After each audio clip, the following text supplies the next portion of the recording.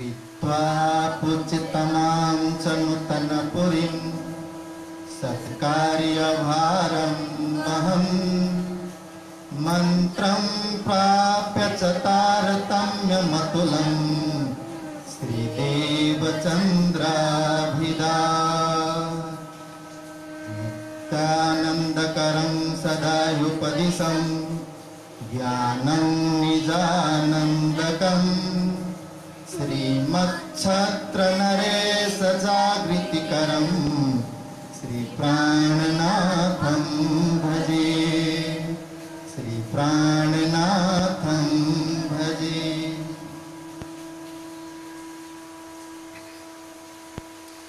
अकारण करुणा वरुणलय भक्त वांछित कल्पतरु सर्वभक्त हृदयस्थ युगल स्वरूप राश्यामा जी को युगल चरणमा प्रेम प्रणाम गर्दै आज श्रीमद् वितक चर्चा को 12औं दिन को इस घड़ी में समस्त सुंदर साथीजीहरू जसले फेसबुक लाइव द्वारा अनि यूट्यूब द्वारा पनि इस चर्चालाई श्रवण गरिरहनु भएको छ।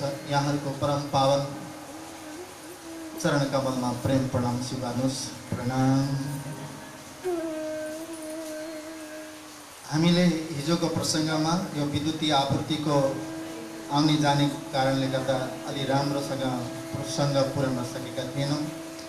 धनी सद्गुरु देवचन्द्रजी महाराजको बाल्यावस्थाको खोजको जिज्ञासा अनि त्यो जिज्ञासा शान्त गर्नको लागि कसरी गृह त्याग गरे बक्सेर आत्म खोजको लागि आत्म परिचयको लागि आत्म साधनको लागि घर गृह त्याग गरी प्रस्थान गरी बक्स्यो अनि मार्गमा कस्तो खालको अप्ठ्यारोपना आइपर्यो र अनि त्यो अप्ठ्यारोलाई सप्ठ्यारो बनाउनको लागि भक्तहरू यदि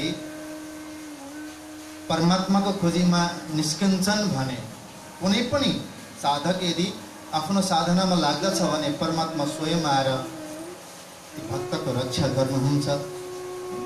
अनन्या चिन्तयन्तो मां योजना पर्युपासते तेषां नित्याभियुक्तानां योगक्षेम वहाम्यहम्। यदि भक्तजनहरूले अनन्य भावद्वारा अनन्य इति अनन्य मेरो श्री कृष्ण बाहेक अरू कोही छैन प्रभु हजुर नै हो जानेर या त पहिचान गरेर या पहिचान बिना पनि कोही त मेरो हुनुहुन्छ उहाँ बाहेक मेरो कोही छैन म उहाँको खोजीमा निस्किन्छु अथवा उहाँको भक्तिमा लाग्दछु भनेर यदि पाइला चाल्दछ भने परमात्मा स्वयं आएर उसको हात समातेर उसलाई त्यो कठिन बाटो कठोर बाटोलाई सहायक बनेर सहायता बनेर सहयात्री बनेर त्यो एकदम दुष्कर मार्गलाई पनि सजिलै पार पुर्याइदिनु हुने रहेछ। यो प्रसङ्ग हामीले हिजो श्रवण गरेका थियौँ। देवचन्द्रजी महाराजलाई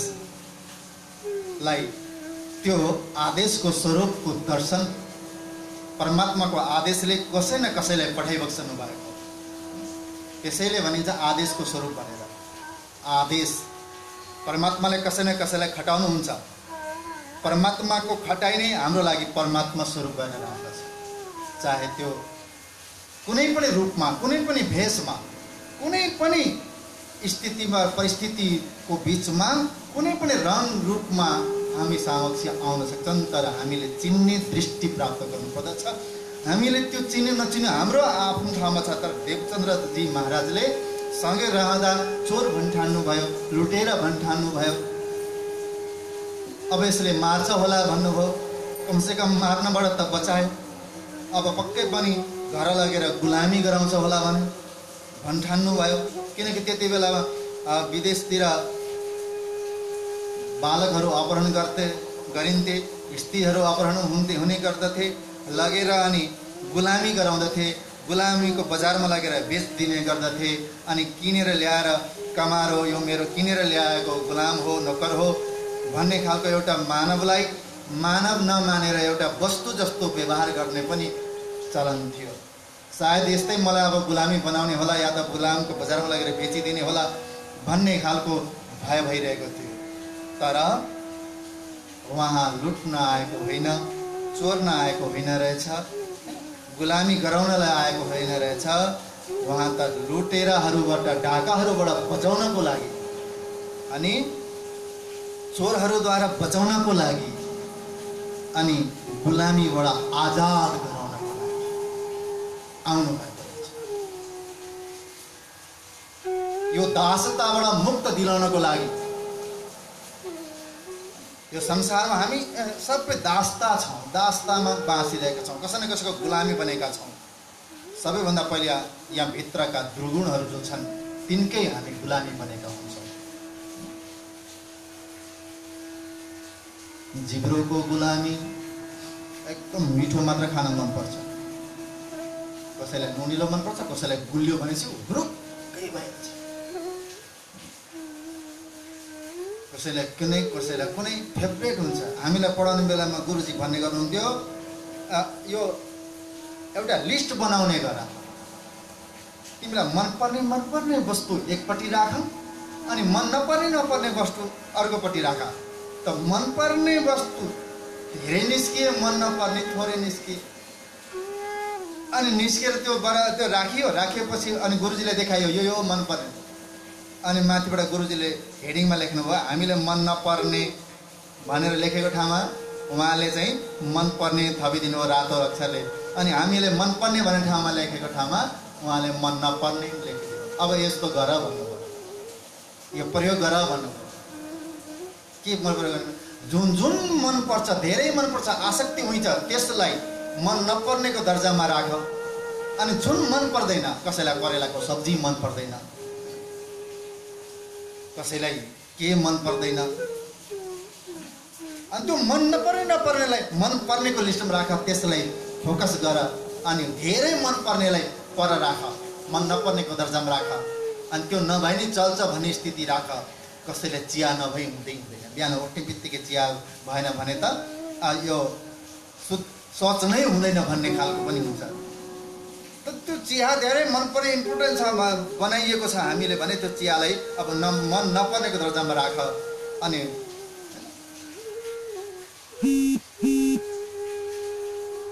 त्यसको विकल्पहरू काँडा पानी पिउने गर, तातो पानी, सादा पानी, मनतातो पानी पिउने गर।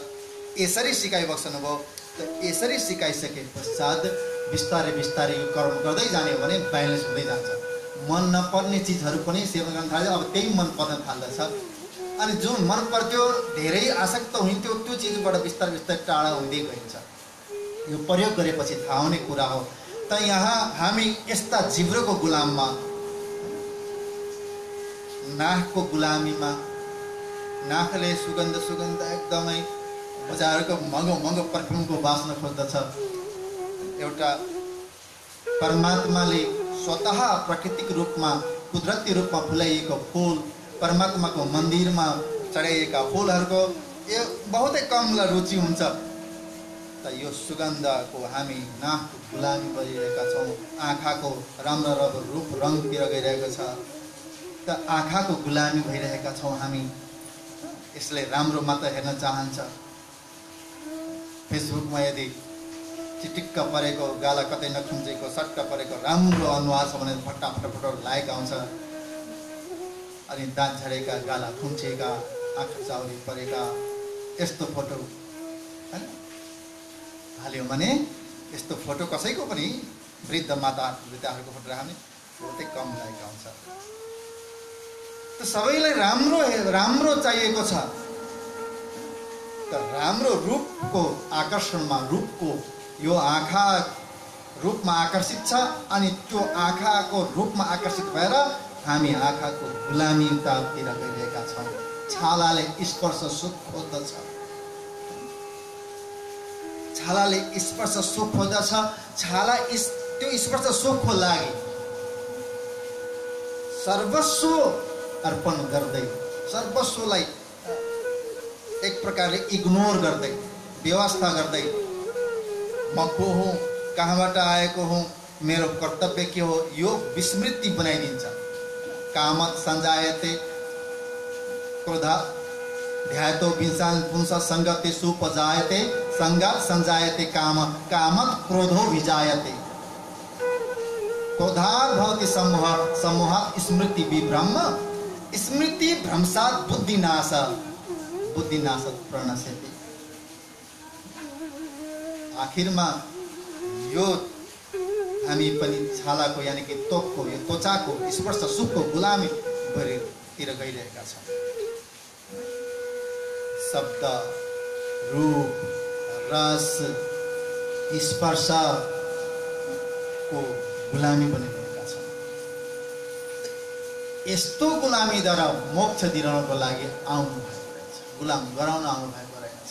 अब मैले यो सार ग्रहण गरेँ, यो सारण गरे अब उहाँलाई नै म मेरो इष्ट मान्दछु भनेर आफूले बनाउने भोजन सदैव कुनै न कुनै आफ्नो एउटा इष्ट स्वरूपलाई अर्पण गरेर मात्र भोजन गर्ने चलन हुन्छ हाम्रो। त धनी देवचन्द्रजी महाराजले पनि त्यहाँनिर तिनै स्वरूपको लाई सम्झेर भोज अर्पण गरिबक्स्यो, भोजन गरी अर्पण गरिबक्स्यो। त केही विश्राम पश्चात त्यहाँबाट फेरि अगाडि बढ्ने बेला भयो र अगाडि बढ्ने बेला त्यहाँका दिवानले आफ्ना कर्मचारीलाई सोधे, कतिजना छौ दुईटा सवारीमा? भन्दा हामी 4 जना छौँ। ठिक छ, त्यसो भए बालकलाई पनि राख, 5 जना बन, अनि अगाडि हिँड, बालकलाई पनि लिएर हिँड। तब देवचन्द्रजी महाराज सवारीमा सवार हुनुभयो, उहाँहरूको साथ लिएर अगाडि बढ्नुभयो। अगाडि भएर कच्छमा प्रवेश गर्नुभयो, कच्छ पुग्नुभयो। ती जन्तीहरू भुजनगरतिर लागे। भुजनगर राजधानी हो कच्छ प्रदेशको। अनि देवचन्द्रजी महाराज भने कच्छमा पुगेर अब मठ मन्दिरहरू, त्यहाँ नारायण सरोवर छ, त्यहाँनिर धेरै ठुलो स्थान मानिन्छ नारायण सरोवर भनेर, र अन्य कति प्राचीन कालका त्यहाँनिर मन्दिरहरू, आश्रमहरू, गुरुकुलहरू भने छन्। देवचन्द्रजी महाराज त्यता लाग्नुभयो। त लालदासजी महाराज भन्नुहुन्छ, श्री महामती कहे साथ जी श्री देवचंद्र जी की बीतक आगे खोज करेंगे सोई बातें बुजुर्ग। यो देवचंद्र जी को बीतक जी आगे खोज करेंगे। अगाडि देवचंद्र जी महाराज को खोजी को जुन बेला छ त्यो अगाडि गर्नेछु। सोई बात बुजुर्ग, त्यो अति नै महत्त्वको कुरा छ भनेर बताएको छ। अब कहूँ कच्छ देश की पहुँचे आप आए जीता, तहाँ आए खोज करी सोए बताऊँ इता। लगे खोज करने बैठे देहुरे जाए, चर्चा को त पूछत वो प्रतिमा को ठहराए। अब कच्छ त पुग्यो, कहाँ जाने? त्यो कच्छ प्रदेश हो उहाँको लागि, कहाँ जाने? सर्वप्रथम मन्दिरमा घण्टा नगडा आदि पूजाको त्यो आवाजहरू सुने पश्चात स्वतः त्यता खिचिन्छ। जसलाई जुन प्रति रुचि छ त्यो विषय प्रति सजिलै आफै खिचेर अनि आफ्नोपन पनि आउँदछ।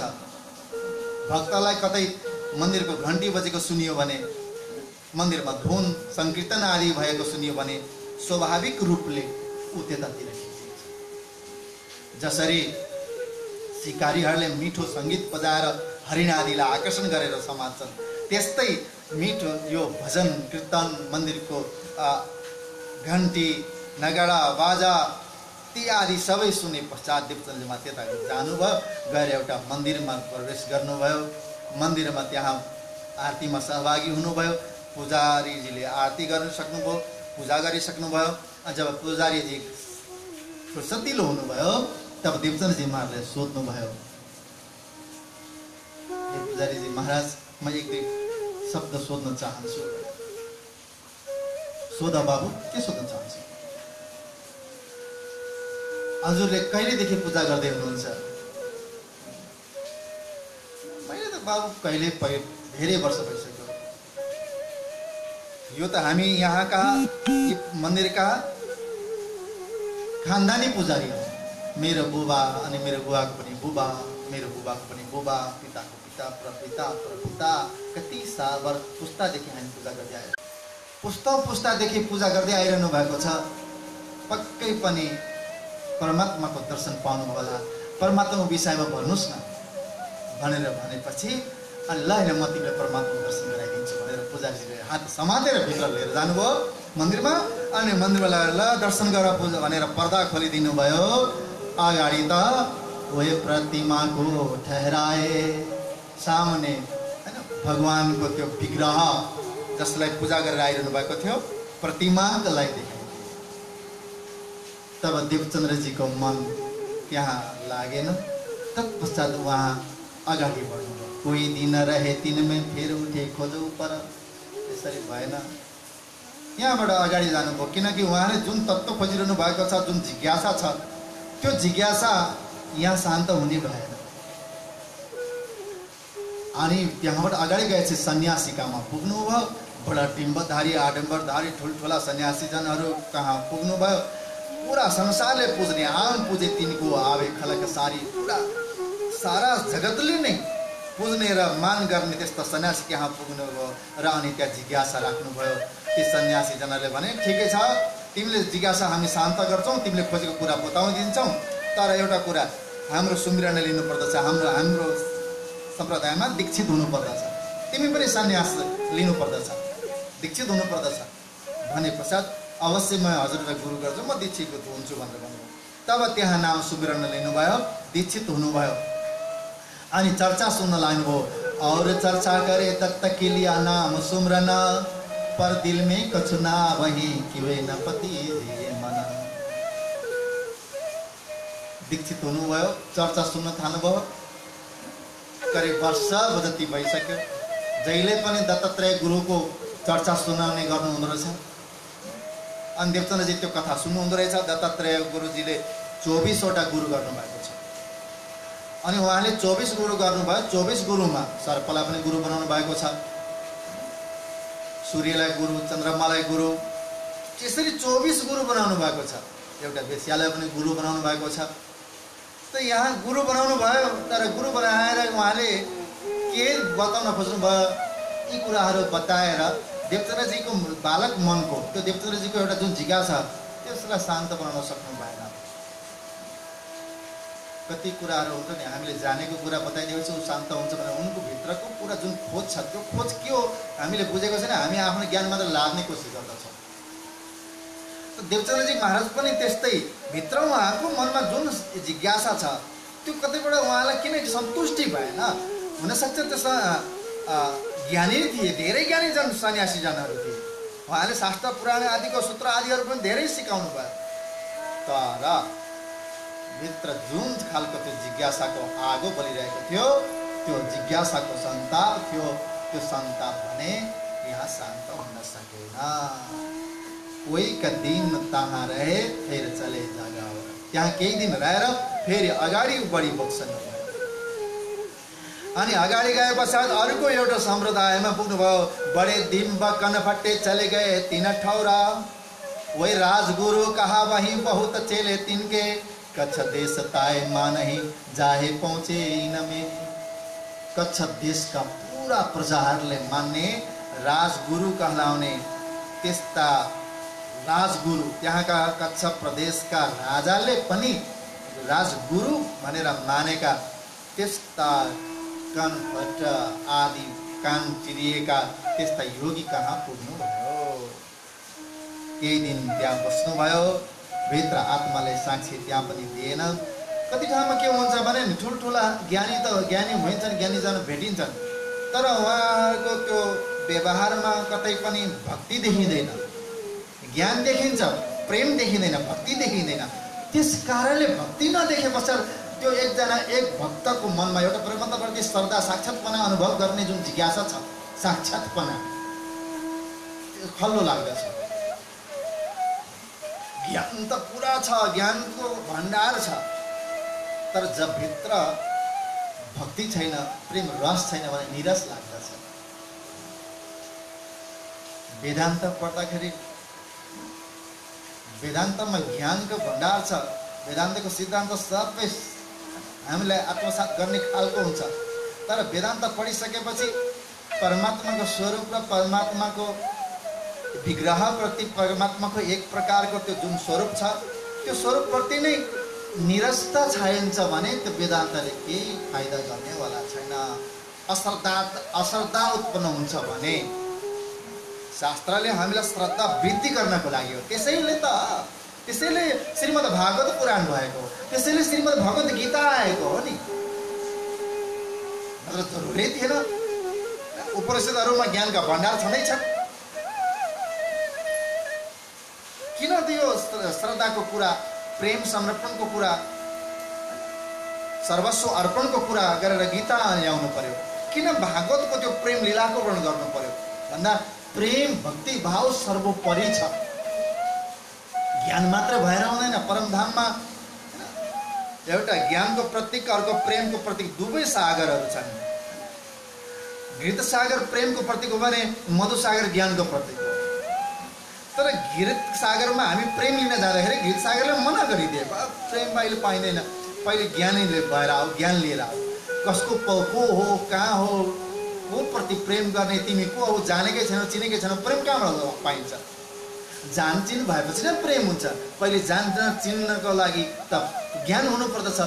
ज्ञान हुनको लागि अनि पो प्रेम भाव उत्पन्न हुन्छ। त प्रेमको सागरले हैन, घृत सागरले मधु सागरमा पठाइदिन्छन् क्या। अनि मधु सागरले पहिले ज्ञान दिएपछि भन्छन् खबरदार, यो ज्ञानले मात्रै काम तिमीलाई साथ दिनु चल्दैन, काम चल्दैन, ज्ञानी त भयो। अब यो ज्ञानको अहङ्कारलाई त्याग्नको लागि घृत सागरमा जाऊ, त्यहाँ गएर डुबुल्की मार, त्यहाँ प्रेम प्राप्त हुन्छ अनि मात्रै तिमी पूर्ण बन्छौ।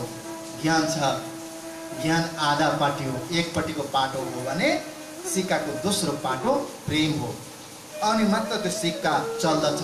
नत्र एउटा मात्र भने खोटो सिक्का कतै केही काम हुँदैन, कौडी बराबर हुन्छ। यही देवचन्द्रजी महाराजले अनुभूति गर्न खोजिरहनु भएको छ। तब त्यहाँ पनि केही दिन त्यहाँ बस्नुभयो, भित्र साक्षी मिलेन। तत्पश्चात त्यहाँबाट जानुभयो। फेर बैरागी कपाड़ी में रहे कोई कदी न वस्तु न देखे तिनमें परे इंद्री बस मना। फेरि बैरागी कपाड़ी कलन्दरमा जानुभयो। बैरागी पनि आएर शमशानमा बस्ने, आदि आदि साधना गर्ने, तन्त्र विद्या साधना गर्ने, बस इन्द्रियको वशमा परेर परेको देख्नुभयो। तन्त्रकी विद्या आदिहरू गरेर जिब्रोको स्वादमा। अघोर सम्प्रदायमा मासु पनि खान्छ अनि शमशानमै बस्छन्। जबसम्म त्यो शमशानमा जल्दै गरेको मासुको टुक्रा उनीहरूले खाँदैन तबसम्म अघोर सिद्ध हुँदैन भन्छन्। त त्यतिमै सीमित हुने। अथवा फेसबुकमा एकजना बाबा, अघोरी बाबा निकै भाइरल हुनुभएको थियो, बिहा गरेर फर्किनु भयो, कतिजना पत्र हराएको छ पुरै। लाइफ ड्यामेजै भयो उहाँको लाइफ ड्यामेज भन्ने थियो, ड्यामेजै भयो। कमसेकम बाबै भइरहनु भएको भए त ड्यामेज हुँदैन थियो। त यी इन्द्रियको सुखको लागि, इन्द्रिय भोगको लागि मात्र सीमित भएको देख्नुभयो क्या। खाना पिना बसे गाँजाको धुनमा, अनि जे पनि मदिरा पनि हुन्छ भनेको छ, मासु पनि हुन्छ भनेको छ, जे पनि गरिरहेको छ, खाइरहेको छ। यस्तो देखेपछि त्यहाँ त झन् देवचन्द्रजी महाराजलाई फिर्तीको उहाँको संस्कार कस्तो छ। माता पिता श्री कृष्णको अनन्य भक्ति, राधा वल्लभमा दीक्षित हुनुभएका, त्यस्तो वैष्णव कुलमा जन्मिनु भएको देवचन्द्रजी महाराजलाई यस्तो खालको प्रवृत्ति देखि त झन् एकदमै मनमा एक वितृष्ण भएर आयो। अनि फर्किनु भयो। फर्केर हिँड्दै हुनुहुन्थ्यो, त्यहाँनिर एउटा मस्जिद पनि देख्नु। हुनसक्छ यो मस्जिदमा केही छ कि, यो मस्जिदमा हुनेहरूले केही जानेका छन् कि, केही बतौला कि बाटो देखाउनु भने त्यहाँ जानुभयो। इन भाद मस्जिद में मुल्ला की करे सोहबत, त्यहाँका पण्डित होइन, हाम्रो भाषामा पण्डित भन्छ, उहाँहरू मुल्ला भन्ने गर्छ। त त्यहाँ जानुभयो। तहाँ कछु नपावहे कोही दिन रहेथे, त त्यहाँ पनि यसो हेर्नुभयो। त्यो गयो, भित्र न मूर्ति छ न कुनै केही छ। उहाँहरूले मूर्तिको पूजा गर्नु नै हराम ठान्नुहुन्छ, बुत प्रस्ती हराम ठान्नुहुन्छ। अनि के चाहिँ हुन्छ त मन्दिरमा, केही राखेको त हुँदैन, त मेरा मात्र हुन्छ। अनि त्यही घुँडा टेकेर मन्त्र भन्ने अथवा उहाँहरूको कलाम पुराण पढ्ने गर्नुहुन्छ। यो देखेपछि देवचन्द्रजी महाराजले यो देख्नुभयो। अनि केही सोबत पनि गर्नु, सङ्गत पनि गर्नुभयो। उहाँहरूले खुदा भन्नुहुन्छ, खुदा कस्तो रूप हुनुहुन्छ, कहाँ बस्नुहुन्छ, के गर्नुहुन्छ, सबै सोध्नुभयो होला सायद। अनि उहाँहरूले भन्नुभयो होला खुदा त बेचुमन, बेचगुन, बेनिमुन, बेसबी भन्नुभयो होला। पक्कै पनि मुलाजीहरूले यही भन्ने गर्नुहुन्छ। खुदाको सुरत छैन, बेनिमुनको उहाँको कोही नमुना छैन, बेसबी कोही स्वरूप छैन, बेच गुण, कसैले कुनै गुण छैन, गुणमा भएको होइन, गुण रहित छ। अनि यसो यतापट्टि देख्छ मलाई त सबै कुरो केही छैन त निराकार निरञ्जन भने जस्तै भयो, यसको अनुभव गर्ने कहिले कहिले ल भएन यहाँ पनि भनेर त्यहाँबाट फर्किनु भयो। र अनि विद्वान ब्राह्मणजनहरूको गुरुहरूको घरमा जानु भयो।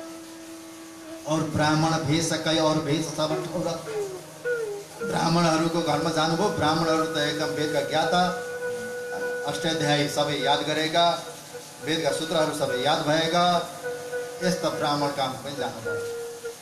अनि खोजत ही फिरत है मेहनत गरी अति जोर, त ब्राह्मणकोमा गएर पनि उहाँले खोजी गर्नुभयो, खुब मेहनत गर्नुभयो, शास्त्रहरू अध्ययन पनि गर्नुभयो।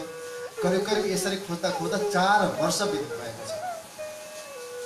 र अन्तमा गएर उहाँलाई भित्र जुन चिज एउटा हुन्छ कि मान्छेलाई कुनै बेला यस्तो भित्र लाग्ने त्यो एउटा कडी हुन्छ नि, त्यो चाबी भेटाउनु भयो।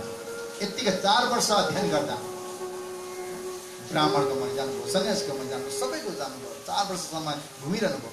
तर त्यो कडी जुन छ चाबी, त्यो कतै पाउनु भयो। नपाए पश्चात कताबाट खुँदै फिर्दै भुजनगरतिर आउनुभयो। खोजत फिरत है मेहनत गरी अति जोर, अनि फिर तहाँ से भुजनगर आए तीन शहर में, तहाँ हरिदास जी रहे भई सोहबत तीन से। त्यसपछि भुजनगर आइपुग्नु भयो। भुजनगरमा पहिले त्यो 13 वर्षको उमेरमा आउँदा पनि एकचोटि झलक्क पुग्नु भएको थियो, तर फुर्सद थिएन, बस्न पाउनु भएन। दर्शन गर्नुभयो पिताजीले, आफ्नो गुरुजी, पिताजीकै गुरुजी हुनु हरिदास जी। अनि गुरुजीको दर्शन गरेर प्रणाम गरेर हिँडिहाल्नु भएको थियो, बस्न पाउनु भएको थिएन।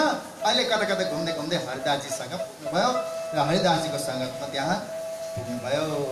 हरिदासजी वे थे राधा वल्लभी सेवत कारज आत्मा, सेवा बाँके बिहारी की करे सखे भाव धर्म।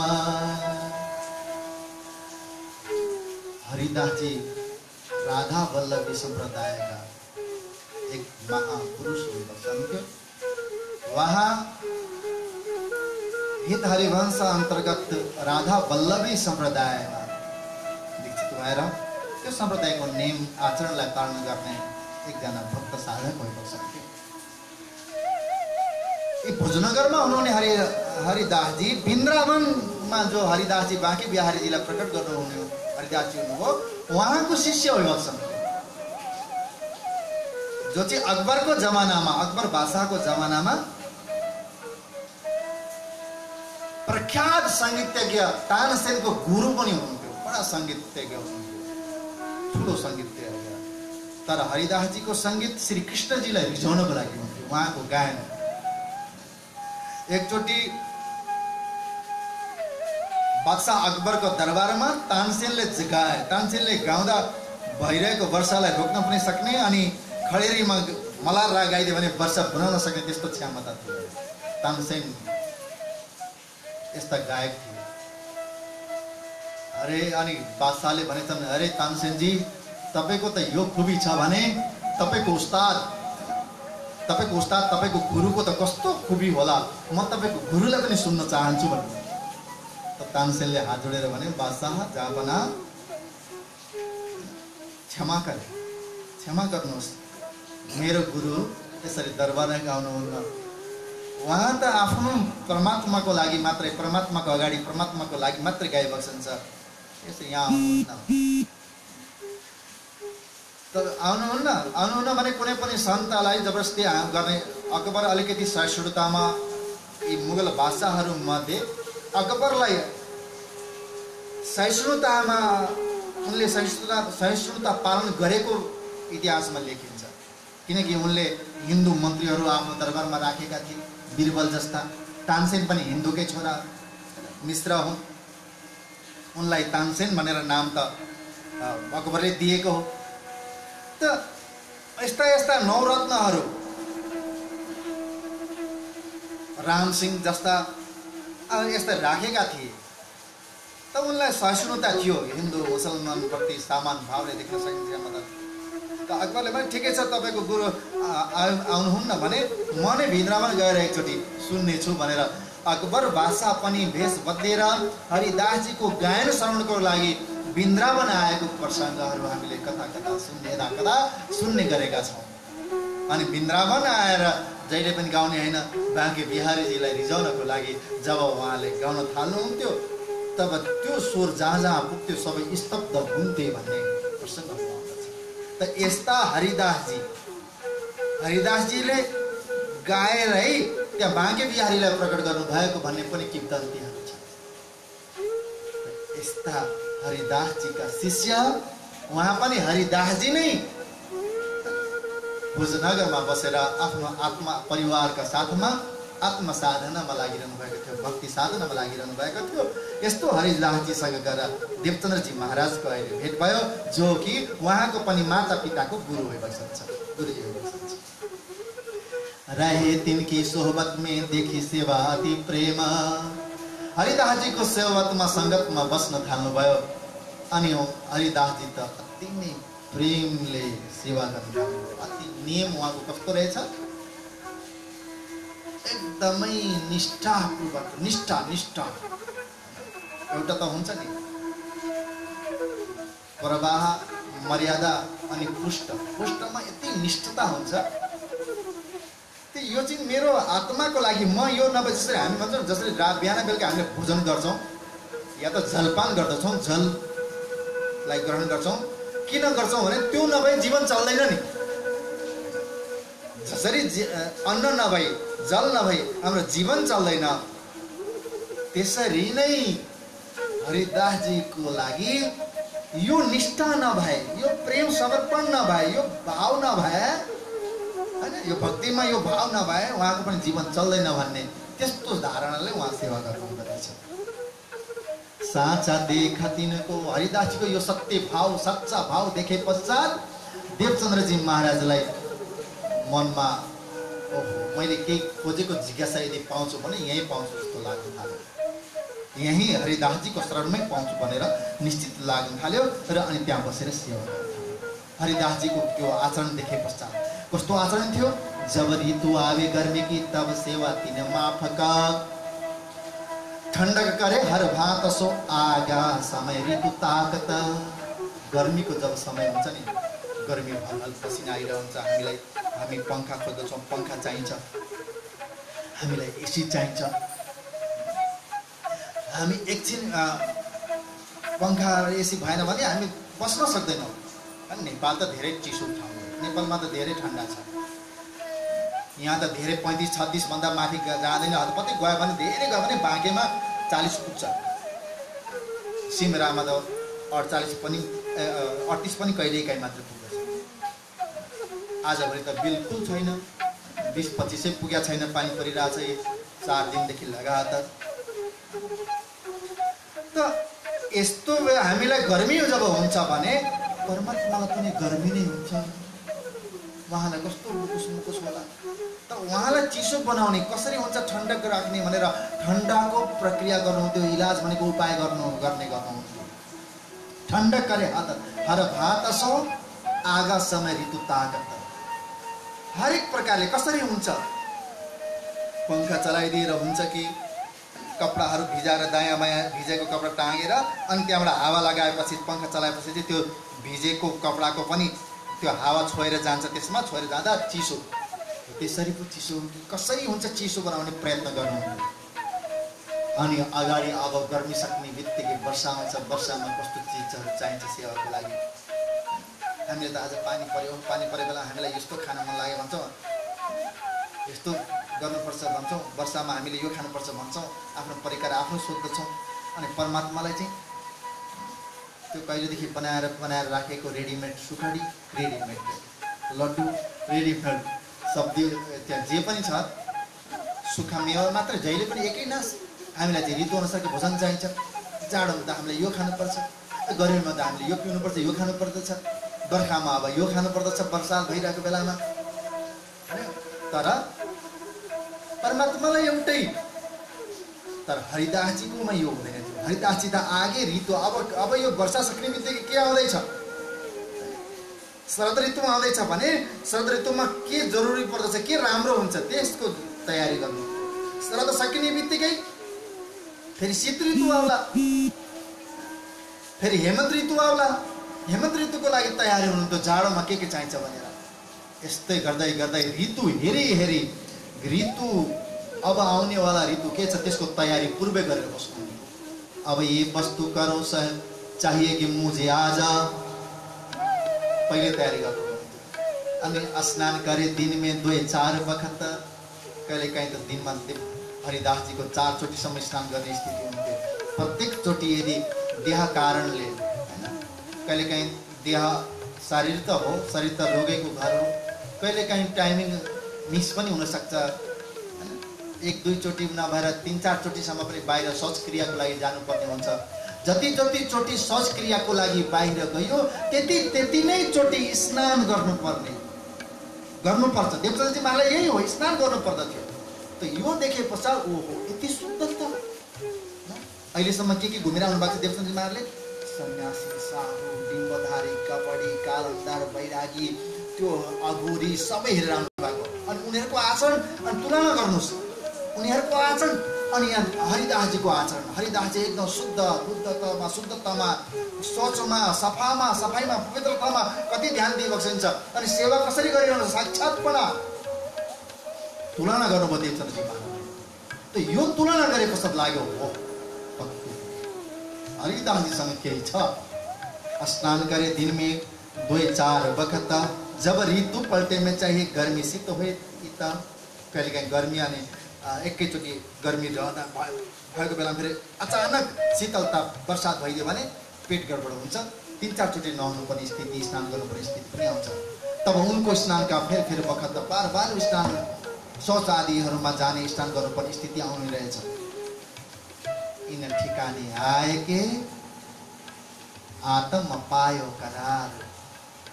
हरिदास जी को यो स्थानमा आए पश्चात देवचन्द्रजी महाराजको आत्मालाई करार भनेको शान्ति आयो, शान्ति मिलेछ। आत्मामा एक प्रकारको शान्ति भयो। बस मैले सही ठाउँमा आएँ, बल्ल सही ठेगानामा आएँ। भट्किरहेको थिएँ, कहाँ भट्किरहेको थिएँ।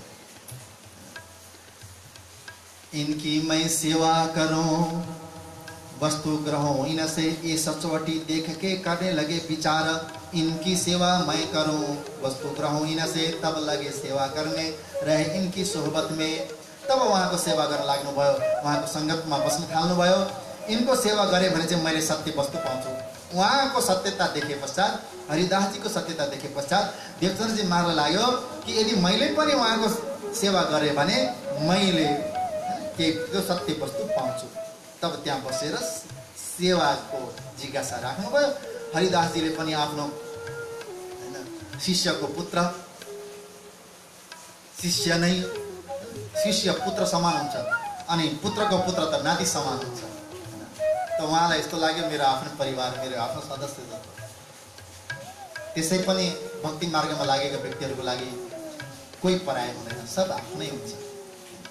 तुझ में श्याम, मुझ में श्याम, सब में श्याम समाया। सबसे कर लो प्यार, जगत में कोई नहीं पराया। कोही पराय हुँदैन। भक्ति गर्ने, भक्ति मार्गमा लागेका आध्यात्मिक जनहरूको लागि विश्व ब्रह्माण्ड नै उहाँहरूको परिवार हो। वसुधैव कुटुम्बकम भनेर भनिएको छ नि हाम्रो पूर्वी शास्त्रमा। हाम्रो सभ्यता त्यस्तो खालको हो। त हरिदासजीले आज्ञा दिनुभयो र त्यहाँ बसेर अनि सेवामा यो सत्सङ्गमा लाग्नुभयो। नित्याने चर्चा सुने जाए बैठे सोहबत, जब ये महतुमे ते सुनी धाय के आए पिता। नित्य हरिदासजीको चर्चामा सेवा गर्नु, सेवा गरेपछि अगाडि आएर हरिदासजी महाराज चर्चा गर्नुहुन्थ्यो। भागवतका शब्दहरूद्वारा उहाँ अगाडि आएर सुन्ने गर्नुहुन्थ्यो। यसरी दिन कटिरहेको थियो। यता पिताजीले यो सुन्नुभयो। के सुन्नुभयो? मेरो छोरा त 4 वर्ष अगाडिदेखि हराएको छोरा अहिले आएर गुरुजीकामा पुगेको छ भन्ने खबर पाउनुभयो। सायद हरिदासजीले नै यो खबर पठाइदिनु भयो होला। या त हरिदासजीले विटाल मुक्त आली वितकहरूमा त वर्णन गरिएको छ। हरिदासजीले देवचन्द्रजीलाई, अरे तिमी यतिका वर्ष भइसक्यो, 4 वर्ष भइसक्यो घर छोडेर आएको, जाऊ माता पितालाई चिठी लेखेर खबर देऊ म यहाँ छु भनेर। कति चिन्तित हुनुहुन्छ होला माता पिता। हेर भनेर सम्झाएपछि देवचन्द्रजी महाराजले पत्र लेखेको कुराहरू खबर दिएको कुराहरू पनि वर्णन गर्नुभएको छ अन्य पिताका जीवनले। र यसरी खबर पाए पश्चात मत्तु मेहताजी कुँवरबाई छोरा हराएकोमा अति नै दुःखी हुनुहुन्थ्यो। आफ्नो एक मात्र बुढेसकालको सहारा एउटा छोरो मायाको डोरो त्यो पनि चटक्क चुडिएर जाँदा आफू सबबाट हट्नु अलग हुनु भनेको चुडिनु हो नि त। माता पिता बडा दुखी हुन्छन् यदि आश टुट्यो भने। आमा एकचोटि रुन्छन् अरे छोरीलाई बिदाई गर्दाखेरि बाबु चाहिँ दुईचोटि रुन्छन् र एक छोरीलाई विवाह गर्दा अर्को छोराले छोडेर जाँदा। गुजरातीमा कहावत छ, बारडे દીકરીને વિદાયના સમય અને બાપા રડે દીકરો તર છોડે ત્યારે, અને બા રડે દીકરી ઘર છોડે, બાપા રડે દીકરો તર છોડે। बाबा आमालाई छोड्दाखेरि रुन्छन्। कति रोयो होला तिम्रो माता पिता सम्झेको सुन्नु गुरुजीले। तब खबर पाउनुभयो। खबर पाएपछि चाहिँ मत्तु मेहता दौडी आउनुभयो। धाएकै आएकी त लिन आउनुभयो। देवचन्द्रजी महाराज मान्नु भएन। म जान्न पिताजी, मलाई त यही आनन्द आइरहेको छ भन्नुभयो। तब गुरुजीले के सल्लाह दिनुभयो भने मत्तु मेहताजीलाई, हे मत्तु मेहताजी, यसै पनि हजुर व्यापारको कार्य गरिरहनु भएको छ, आउने जाने भइरहन्छ, अब किन उमरकोटमा बसिरहनु? देवचन्द्रजी एक्लो छोरा, अनि हजुरले गरेको यिनै छोराको लागि होइन र यिन छोराको खुसीको लागि होइन, यिनकै भविष्यको लागि होइन यो मैले गरेको। जब उनको खुसी नै यहीँ रहनु भुजनगरमा बस्न छ भने किन उमरकोटमा फर्किने? जानुस्, उमरकोटको सबै कुराहरू छोडिदिएर हजुरहरू बसाइ नै स्थायी रूपले यो भुजनगरमा बनाउने गरी आउनुहोस् भनेर आज्ञा भए पश्चात मत्तु मेहताजी फर्केर जानुभयो। फर्केर कुँवरबाईलाई खबर सुनाउनु भयो। कुँवरबाई त आशा गरेर बसिरहनु भएको थियो कि पिताजीसँग पक्कै पनि बाबु छोरालाई पनि लिएर आउनु भएको होला भनेर, खोइ मेरो देवचन्द्र खोइ, मेरो देवचन्द्र खोइ भन्दै आँखाभरि आँसु आउँदै दायाँ बायाँ खोज्न थाल्नुभयो। र पिताजीले भन्नुभयो, भाग्यवान, दुखी नहौ, खुसी हौ, छोरा त हाम्रो गुरुजी कहाँ बसिरहेको छ, एकदम गुरुजीले आफ्नै बालक जस्तो उहाँले राखिरहनु भएको छ, कुनै चिन्ता गर्ने स्थिति छैन, अब हामी पनि उहीँ जाने हो भनेर यसरी भन्नुभयो। भने पश्चात माता कुँवरबाई पनि अति खुसीले गदगद हुनुभयो। कमसेकम छोरो रहेछ, अनि छोरो भए पनि कहाँ रहेछ, गुरुजी कहाँ रहेछ, ढुक्क हुनुभयो। गुरु आश्रममा छोरा छोरी हुनु भनेको ढुक्क हुनु हो भन्ने उहाँ देवचन्द्रजी महाराजका माता पिता कुँवरबाई र मत्तु मेहताजीलाई यो कुरा ज्ञात छ। त्यसैले उहाँहरू ढुक्क हुनुभयो। र अनि ढुक्क भएर अब मत्तु मेहताजी फर्केर फेरि आफ्नो बसाइ सबै सरेर भुजनगर आउनुभयो। भुजनगर आएर कतै राम्रो सुन्दर घर लिनुभयो। त्यो घरमा बसोबास गर्न थाल्नुभयो। र देवचन्द्रजी महाराजलाई त धेरै फर्काउने कोसिस गर्नुभएको। नसिया जो कहने हाथे सो कहा था कि सब ये क्यों माने नहीं, बेजार हुए तब दुखी पनि हुनुभयो। तर अब आएर यहाँ बस्न थालेपछि देवचन्द्रजी महाराज घरमा आउनुहुन्छ। तर कति बेला आउनुहुन्छ भने बिहानको 3 बजे उठेर हरिदासजीको आश्रममा गएर सेवामा तत्पर हुनुहुन्छ, सेवामा लाग्नुहुन्छ। रातिको 12 बजेसम्म देवचन्द्रजी महाराजलाई इष्ट मित्र वरपर आउने जानेहरूले खोज्छन्, कहाँ छन् त गुरुजीको आश्रमका, कहिले कसैले भेट्दैन। यहाँसम्म अब त माता पिताले पनि बहुत मुस्किलले भेट्ने अवस्था भयो। अनि सम्झाउने कोसिस गर्न थाल्नुभयो। देवचन्द्रजी महाराज कसरी हुन्छ, अब यो संसारको मायातिर आए हुन्थ्यो, संसारतिर आइदिए हुन्थ्यो। यसरी रात दिन भक्ति भक्ति भक्ति भाव वैरागी आदि भइदियो भने त बर्बादै हुन्छ, छोरो बिग्रिन्छ भने जस्तो पनि लाग्छ। एउटा मात्र छोरो छ, हाम्रो जस्तो 6-7वटा भइदियो भयो, एउटा साधै भइदियो पनि केही फरक पर्दैन भन्ने। अब त हाम्रो पनि हुन छोड्यो है कृष्णका लाल कि। पहिले मेरो पालामा हामी जन्मिँदाखेरि माता पिताहरू, हामी दाजुभाइहरू 7 भाइ, हामी अर्को हाम्रो छिमेकी सुन्दर साहबहरू हुनुहुन्थ्यो, उहाँहरूमा 6 भाइ 7 भाइ। हाम्रोमा त हाम्रो साथीहरू कस्तो अन्तरे दाई हुनुहुन्थ्यो, काइला दाई हुनुहुन्थ्यो, ठाइला दाई, माइला दाई, यो भनी हामी नाम भनेर पनि साथीलाई त हामी त यसरी भन्ने गर्ने चलन थियो। साथीभाइ पनि वरपर गाउँमा केही भइहाल्यो भने पनि युवकहरू एकैचोटि हुरुरु निस्किँदाखेरि बाटो पुरा गाउँै ढाकिने यति। अनि अहिले त एउटा घरमा बल्ल एउटा छोरा हुन्छ कि त एउटा छोरी हुन्छ। अब त्यो एउटा छोरी छ, एउटा मन छ, कसलाई दिउँ भनेर गोपीले भन्थ्यो नि, एउटा मन छ प्रभु। अब तपाईँ भन्नुहुन्छ योग लगाऊ, ध्यान लगाऊ भने एउटा मन छ, त्यो पनि कृष्णले लगिहाल्यो। अब कहाँ कुन चाहिँ मनले ध्यान लगाउनु, कसलाई दिउँ? यो मन 1 20 10 20 मन भइदिएको लु त एउटा योगमा पनि लगाइदिन्थ्यो, एउटा ध्यानमा पनि लगाइदिन्थ्यो, एउटा समाधिमा लगाइदिन्थ्यो, एउटा प्रत्याहारमा लगाइदिन्थ्यो, एउटा भन्नु। यहाँ त एउटै मन छ, त्यो एउटा मन पनि कृष्णले लिएर गइसके। अब कसलाई दिउँ भनेको जस्तै यहाँ त एउटा छोरा छ, एउटा छोरी छ। अब कहाँ पठाउनु? त्यहाँ कहाँ आश्रम, कहाँ मन्दिर, कहाँ नौतनपुरी, कहाँ पद्मावतीपुरी, कहाँ मङ्गलधाम, कहाँ इटरी, कहाँ पठाउनु? एउटै त छोरो छ। अरूका छोरा कसैले आएर एकदमै राम्रो कथा गरेको थियो चाहिँ कतै मेरो छोरा पनि यस्तो भइदियो हुन्थ्यो जस्तो कता कता लाग्यो। तर के गर्नु, एउटै छ। डक्टर बनाउने कि पाइलट बनाउने कि इन्जिनियर बनाउने कि अस्ट्रेलिया पुर्याउने हो कि अमेरिका पठाउने हो कि या त जापान पठाउने हो या कोरिया पठाउने हो या त अन्त केही नभए अरबको खाडीतिर पठाउने हो। यहाँ त अब यही छ। अनि देवचन्द्रजी महाराजको पनि त्यस्तै आछ। माता पिता एउटा छोरा छ। कसरी हुन्छ यो संसारमा आइदिएदेखि हुन्थ्यो, संसारपट्टि लाग्दै हुन्थ्यो, बाबा नबन्दी हुन्थ्यो, भक्ति भावतिर धेरै यो लगाएर यो वैरागी भइदियो भने त हाम्रो त बेडा नै डुब्ने हुन्छ भनेर भने जस्तो लाग्दो हो। त्यही भएर सम्झाउने प्रयत्न गर्नुहुन्छ। तर देवचन्द्रजी महाराज पटक्कै उहाँलाई त्यो छिट्टा पनि लाग्दैन क्या, एउटा छिट्टा पनि लाग्दैन। कति थरी आएर सम्झाउनु, काका आयो होलान्, मामा आयो होलान्, हजुरबा पर्ने आयो होलान्, आफ्नै हजुरबाहरू माता मावलीपट्टिका आयो होलान्, पिताजीपट्टिका आयो होलान्, हजुरआमा आयो होलान्, फुपू दिदी आयो होलान्, फुपाजु आयो होलान्, भिनाजु आयो होलान्, को आए सम्झाउनको लागि। तर देवचन्द्रजी महाराज छिट्टै लाग्दैन। यस्तो लाग्दछ देवचन्द्रजी महाराज त लालदासजी महाराज त्यसको सङ्केत गर्नुहुन्छ। श्री देवचन्द्रजी माया के क्यों नजिक नजाए। कोही आयो भनेपछि त्यो त नजिकै जानु हुँदैन के मतलबै छैन उहाँहरूप्रति। कसको गलामा कण्ठी छ, कसको निधारमा तिलक छ, कसले चाहिँ भक्ति भावको एउटा एक प्रकारको चिन्ह बोकेर आएको छ, उहाँलाई देखेपछि चाहिँ मुसुक्क हाँसेर नि प्रणाम गर्नुहुन्छ। कृष्ण ख्याल नआएर कि अरूलाई त हेर्दा पनि हेर्नुहुन्न, किनकि त्यतापट्टि गएपछि मलाई तान्छ नि, मलाई यो मेरो बाटोको होइन भने जस्तो लाग्दछ। इनकी वह गमे नै, किनकि उहाँलाई यो मनै पर्दैन क्या। रात दिन आएर खालि बाबु अन्त बिहा गर्ने बेलामा त बिहा गर्नुपर्छ, हेर कस्तो फलानेकी छोरी कति राम्री छ, फलानेकी छोरी कति राम्री छ, त्यस्तो तेरो गरेछ भने त यहाँ त झलझली हुन्छ, तिम्रो घर त बत्ती बल्छ भनेर लगाइदिन्छ, 32 लक्षण युक्ति भनेर भइरहेछन्।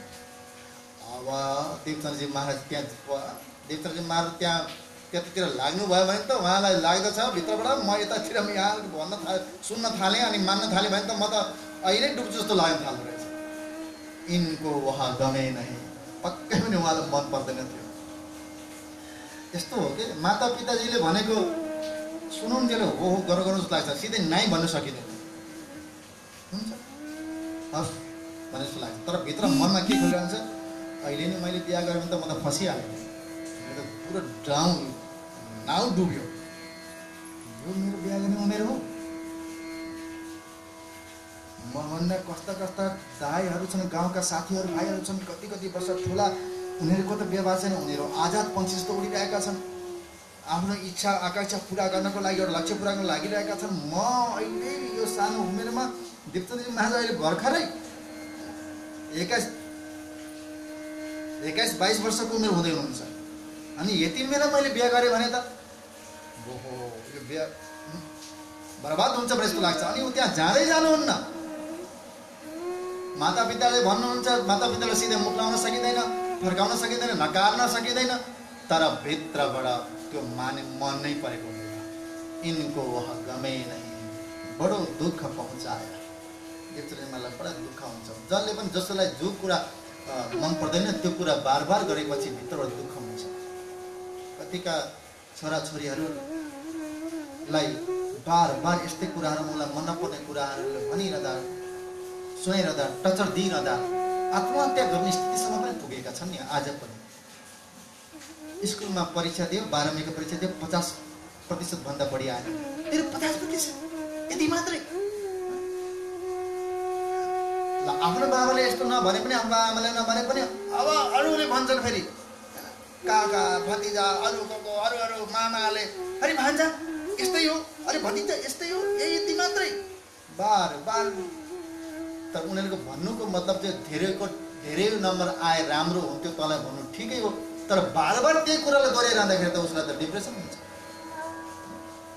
जति क्षमता उति ल्या, तर यति ल्याउनै पर्छ भनेर, यति गर्नै पर्छ भनेर लाग्दाखेरि त उसलाई त बडा दुःख पुग्छ, भित्र चोट लाग्दछ।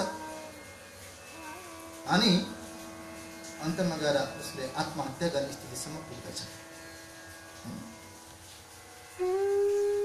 देवचन्द्रजी महाराजको रुचि एकपट्टि छ र घर परिवार इष्ट मित्रहरूको रुचि अर्कोपट्टि भएको कारणले देवचन्द्रजी महाराजलाई दुःख पुर्याउने काम भइरहेको छ। तर देवचन्द्रजी महाराज आफ्नो लक्ष्यबाट अलिकति विचलित हुनु भएको छ। हरिदास जी की सेवा करे मनसा वाच कर्मा, कछु शक न ल्या वही रहे आत्म के धर्म। हरिदास जी को सेवा गर्नुहुन्छ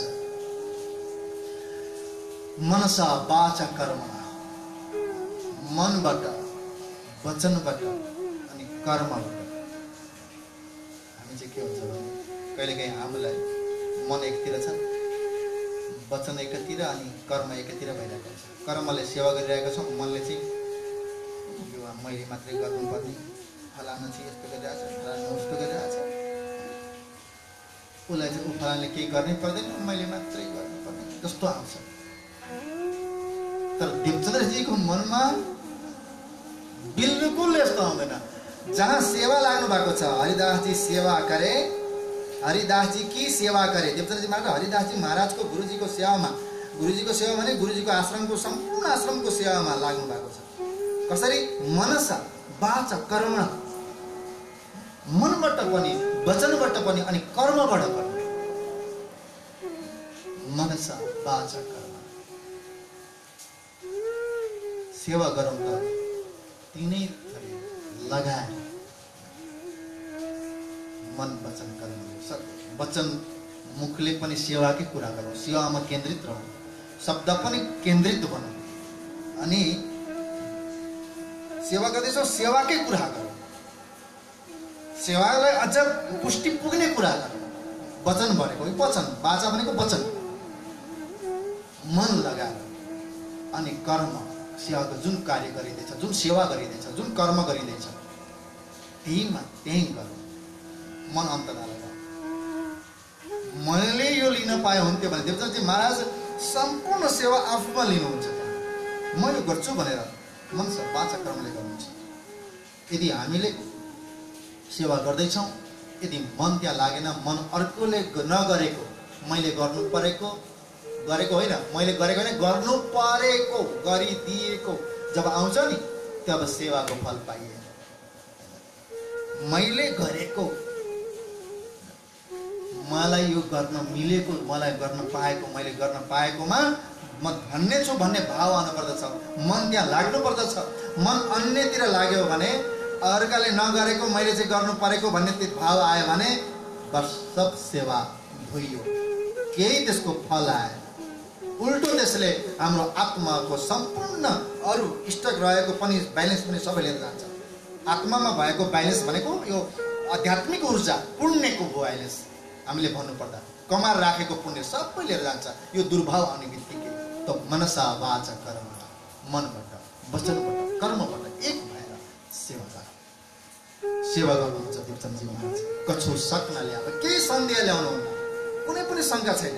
मैले यो गर्नुहुन्छ गर्नु हुँदैन भन्ने पनि होइन, बस छैन। शौचालय सफा गर्नु पर्यो, गएर भटाभट हाम्रो शौचालय सफा गरेर टेक कपाल राखिहालेँ। शौचालय कसरी यो साफ गर्ने, यो मैले अहिलेसम्म जीवनमा कहिले गरेकै थिइनँ, यो भावै आउँदैन, कुनै शङ्कै छैन यसमा।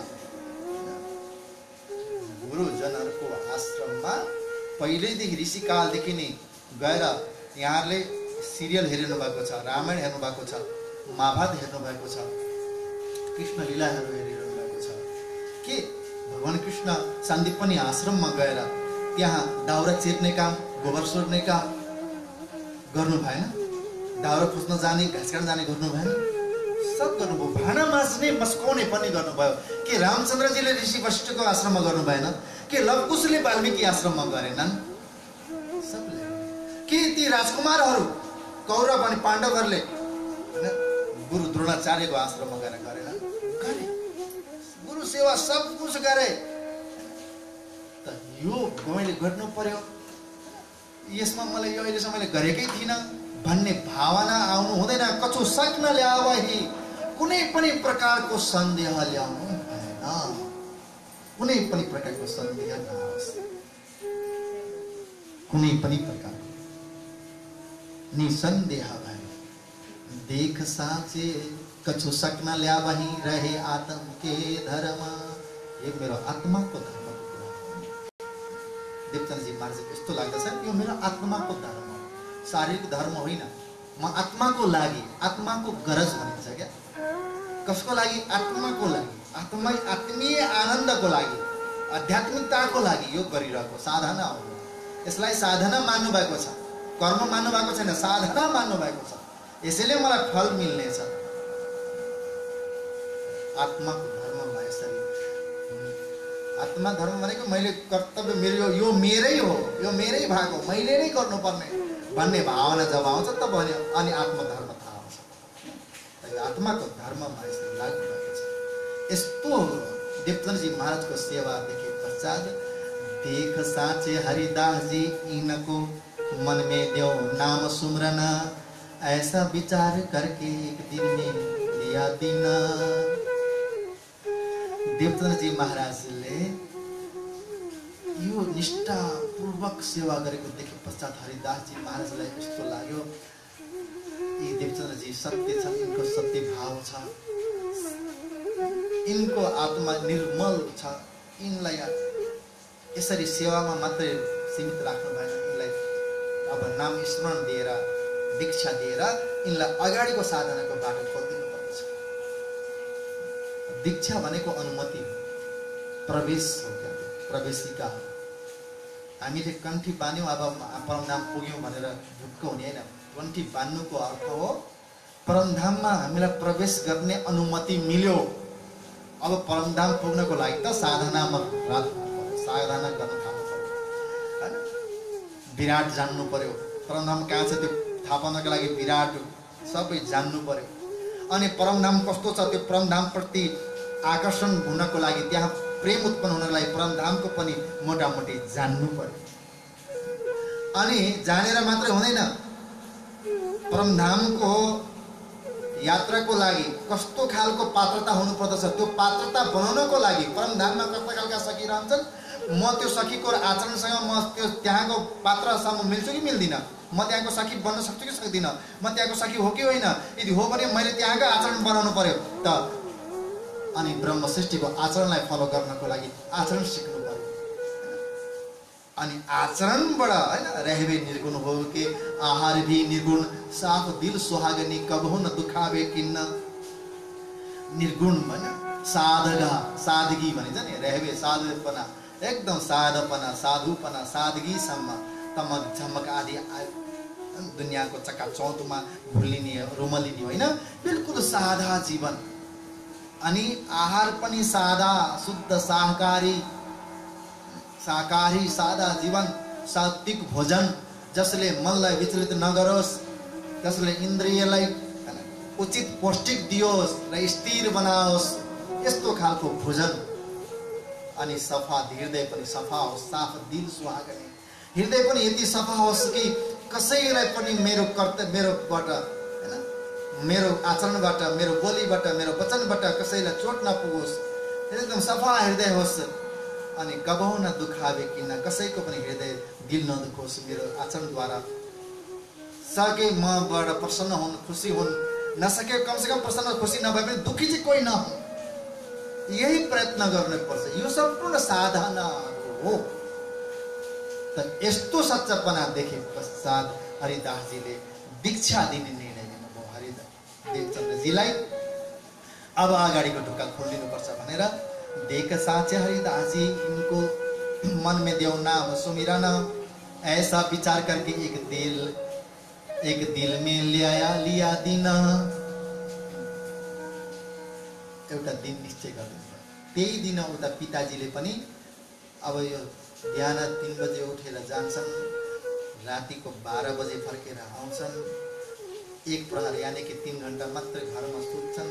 हामीले त छोराको अनुहार पनि देखेर नदेखेको धेरै भइसक्यो, यसरी त भएन, बिहा गरिदिनु पर्यो, कन्या खोजिदिनु पर्यो भनेर सुन्दर कन्या खोजी बस्छ। अनि कन्या खोजेर दिन पनि निको गरिदिन्छ, निश्चित गरिसक्नुहुन्छ। फलाना दिन बिहा भनेर कन्या पक्षसँग गरेर यतापट्टि हरिदासजीले पनि दीक्षा दिने दिन निधो गर्नु, उतापट्टि पिताजीले पनि विवाहको दिन निधो गर्नु। संयोगवशले एउटै दिन पाएछ। म तो मेता विचार करे क्यों डारो माया में, ये तो हात आवे मेरे छुटे बैरागी इनसे। कसरी हुन्छ बिहा गरेर यिनलाई मायामा राख्दिन पाए, ये हाम्रो हातमा आउँथ्यो होला, नत्र हाम्रो हातबाटै जाने भए छोरा भन्ने खालको विचार गरेर म तो मेताले कुरो निधो गरिदिनु भएछ। एक ठौर सगाई करके बिहा को धरायो दिन, वही दिन था उत्तम लेने का नाम सुमिरन। त्यही दिन उत्तम दिन यतापट्टि गुरुजीले पनि निश्चित गर्नुभएको रहेछ। उता पिताजीले विवाह निधो गरेको दिन, यता गुरुजीले दीक्षा दिने उत्तम दिन निश्चित गरिनु भएको दिन, एउटै दिन संयोगवश एउटै रहेछ। मार्ग राधा वल्लभी में लेने नाम सुमरन, भद्र भेष होता है देवचंद्र जी विचार किया मन। गुरुजीले भन्नुभयो भद्र भेष भएर आओ भने पश्चात त्यो दिन बिहानै भद्र भेष भएर केश मुण्डन गरेर एकदमै त्यो व्रत मन्दमा कस्तो भेष लगाइन्छ नि भद्र भेष, त्यस्तै खालको भेष लगाएर आउनुभयो हरिदासजी कहाँ। हरिदासजीले त्यही दिन सबेर बिहानकै समयमा हरिदास जी ने पूछिया तुमको नाम सुमरन देवे आज, भद्र भेष हुए आओ तो हुआ तुम्हारा काज। तब ही भद्र भेष हुए के आए बैठे पास, आएर नजिक बस्नु भयो। पूछा नाम काहू का लिया है, कहा सन्यासी का कर विश्वास। हरिदासजीले सोध्नु भयो, हे देवचन्द्रजी अरू कसैसँग दीक्षा लिएका छौ भनेर सोद्धाखेरि हरिदासजीले भन्नुभयो, हो मैले सन्यासीको विश्वासपूर्वक नाम दीक्षा लिएको छु। ओहो त्यसो भने कहा सोई नाम सुमरना चिट्ठी में लेख कर, रोटी में चिट्ठी बाय के देवो सन्यासी को यूं करा। त्यो नाम सुमरण, त्यो मन्त्रलाई सुमरण नाम भनिन्छ है। त्यो नाम सुमरण, त्यो मन्त्र सन्यासीहरूको एउटा कागजमा लेखेर त्यो कागज चिट्ठीमा टाँसेर सन्यासीहरूलाई खुवाइदेऊ। त्यसो गर्दाखेरि त्यो मन्त्र उनीहरूलाई फिर्ता हुन्छ अनि तिमीलाई यो मन्त्र दिनुपर्छ भनेर भन्नुभयो। तब देवचन्द्रजीले भन्नुभयो, इनसे कछु नभए हे गुरुजी, मैले त यस्तो लाग्छ, यस्तो गर्दा केही फरक पर्ला जस्तो लागेन मलाई त। यो त बाहिरी अर्थ मात्रै हो, यो त एक लोक उक्ति मात्रै हो, भन्ने चलनहरू मात्रै हो, यसले केही फरक चाहिँ पर्दैन। यो त आमका मस्कुर हो, बाहिर चलन चल्तीको भाषामा यो भन्ने चलन छ। यसरी मन्त्र लिएपछि पहिलो पुरानो मन्त्रलाई टाँसेर दिनुपर्छ, फिर्ता दिनुपर्छ भन्ने माइरिक भनाइ मात्रै हो। यस्तो केही हो, मलाई त त्यसमा विश्वास लाग्दैन। यदि हजुरको मन्त्र शक्तिशाली छ भने, हजुरले दिनुहुने मन्त्र शक्तिशाली छ भने, वो आप ही होवे दूरा, जो तुम्हारा नाम जोरावर वो आप ही होवे दूरा। ये तो अर्थ ऊपर का ये आम का मस्कुरा। यदि हजुरको नाम शक्तिशाली छ भने, मन्त्र शक्तिशाली छ भने, शक्तिशाली मन्त्रभित्र जाने बित्तिकै त्यो अशक्तिशाली मन्त्र आफै गइहाल्छ। यो त बाहिरको कुराहरू मात्रै हो। मलाई यस्तो लाग्छ गुरुजी, बाँकी हजुरको इच्छा यदि हजुर भन्नुहुन्छ भने म त्यसै गर्छु, विनम्रपूर्वक भन्नुभयो। तब हरिदासजीले यो कुरा सुने पश्चात बडो जो पायो सुख, बडा आनन्दित हुनुभयो। क्या देवचन्द्रजीको बुद्धि पनि विलक्षण छ भनेर प्रशंसा, मनमनै प्रशंसा गर्नुभयो। अनि नाम सुमरन दिनुभयो। दियो नाम सुमरना देखो स्वरूप सन्मुख भज मन श्री वृंदावन कुंज बिहारी नित्य विलासा यही राख तुम दिल में सुमरो करो विश्वास सुमरो करो विश्वास भज मन श्री वृंदावन कुंज बिहारी नित्य विलासा भज मन श्री वृंदावन कुंज बिहारी नित्य विलास यो मन्त्र दिनुभयो र अनि भन्नुभयो उपदेश पनि त दिनुपर्छ मन्त्र दिएर भन्दैन सखी भाव भए भेजियो उपदेश करके दीक्षा दिने बेला उपदेश पनि दिने चलन छ हेर सखी भावले भेज्नु सखी भाव पुरुष भाव होइन नारी भाव पुरुष भावमा भाव उत्पन्न हुँदैन किनकि पुरुषमा त बिल्कुलै नारीको तुलनामा एकदमै 95% कम हुन्छ के करुणा दया सहनशीलता यी सबै प्रेम भाव भक्ति भाव यी सबै कम हुन्छन् भने त्यसैले भक्ति यदि गर्नु छ भने सखी भाव भएर गर्नुपर्दछ परमात्मालाई रिझाउनु पर्छ गोपी भाव ल्याउनु पर्दछ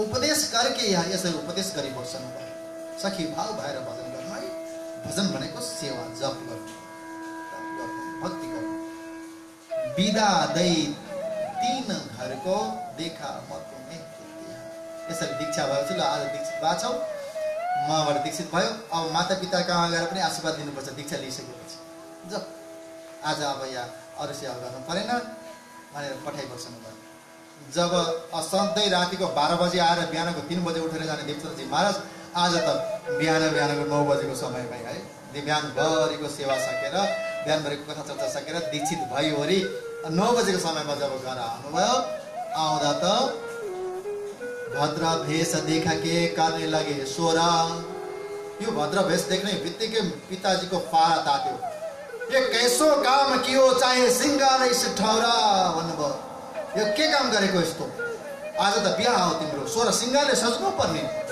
आज त एकदम बाजा गाजाका साथ राजा जस्तो सिंगार गरेर राजाजी सिंगार गरिएर 16 सिंगार गरिएर जानुपर्ने दिन जोगी भएर आउने भनेर कराएर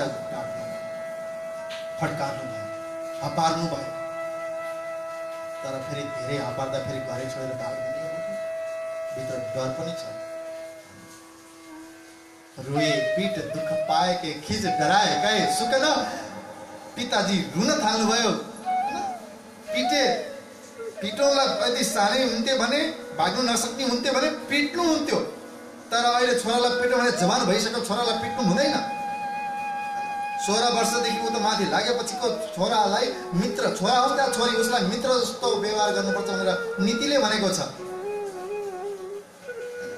5 वर्षसम्म लालाए 5 वर्षदेखि उ त लागेपछि 12-13 वर्षसम्म पढाउने यो शिक्षा दिने बेला हो टाढा त्यति बेला टाढ्नु पर्दछ टाढा भनेको त्यसो अब शिक्षा दिनको लागि पिट्नु पनि पर्दछ जब उ 15 लागेर 16 लाग्छ तब मित्रवत आचरित भनेको छ मित्र जस्तो व्यवहार गर्नु पर्दछ भनेको छ त छोरा अब 21-22 वर्ष पुगेको छोरालाई यहाँ पिट्ने कुरो आएन पिट्नु त पिट्नु भयो कसलाई पिट्नु आफ्नै छाती पिट्नु भयो ए बाबा के गरेको त अहिले बाबु भनेर रुन थाल्नु भयो रोए पीठ दुख पाए के बहुत दुख पाउनुभयो पिताजी दुख पाएपछि पिताजीले आफूले यस्तो गरेपछि देवचन्द्रजी महाराज पनि दुखी हुनुभयो यस्तो होइन कि देवचन्द्रजी महाराज खुसी हुनुभयो जति जति पिताजी माता पिता दुखी भएको देख्नुहुन्छ आफ्नो आचरणले त्यति नै दुखी पनि हुनुहुन्छ तर के गर्नु अरूको आदि नै देवचन्द्रजी की जाति नै अरूलाई यो भक्ति भाव आउँदै आउँदैन यस्तो खालको विचार आउँदै आउँदैन अनि देवचन्द्रजीलाई यो जति रोए पनि जति कराए पनि जति सम्झाए पनि जति उपदेश पनि देवचन्द्रजी पढे जाँदैन अब यो मैबाट बनेर आएको छ त के गर्नु देवचन्द्रजी महाराजले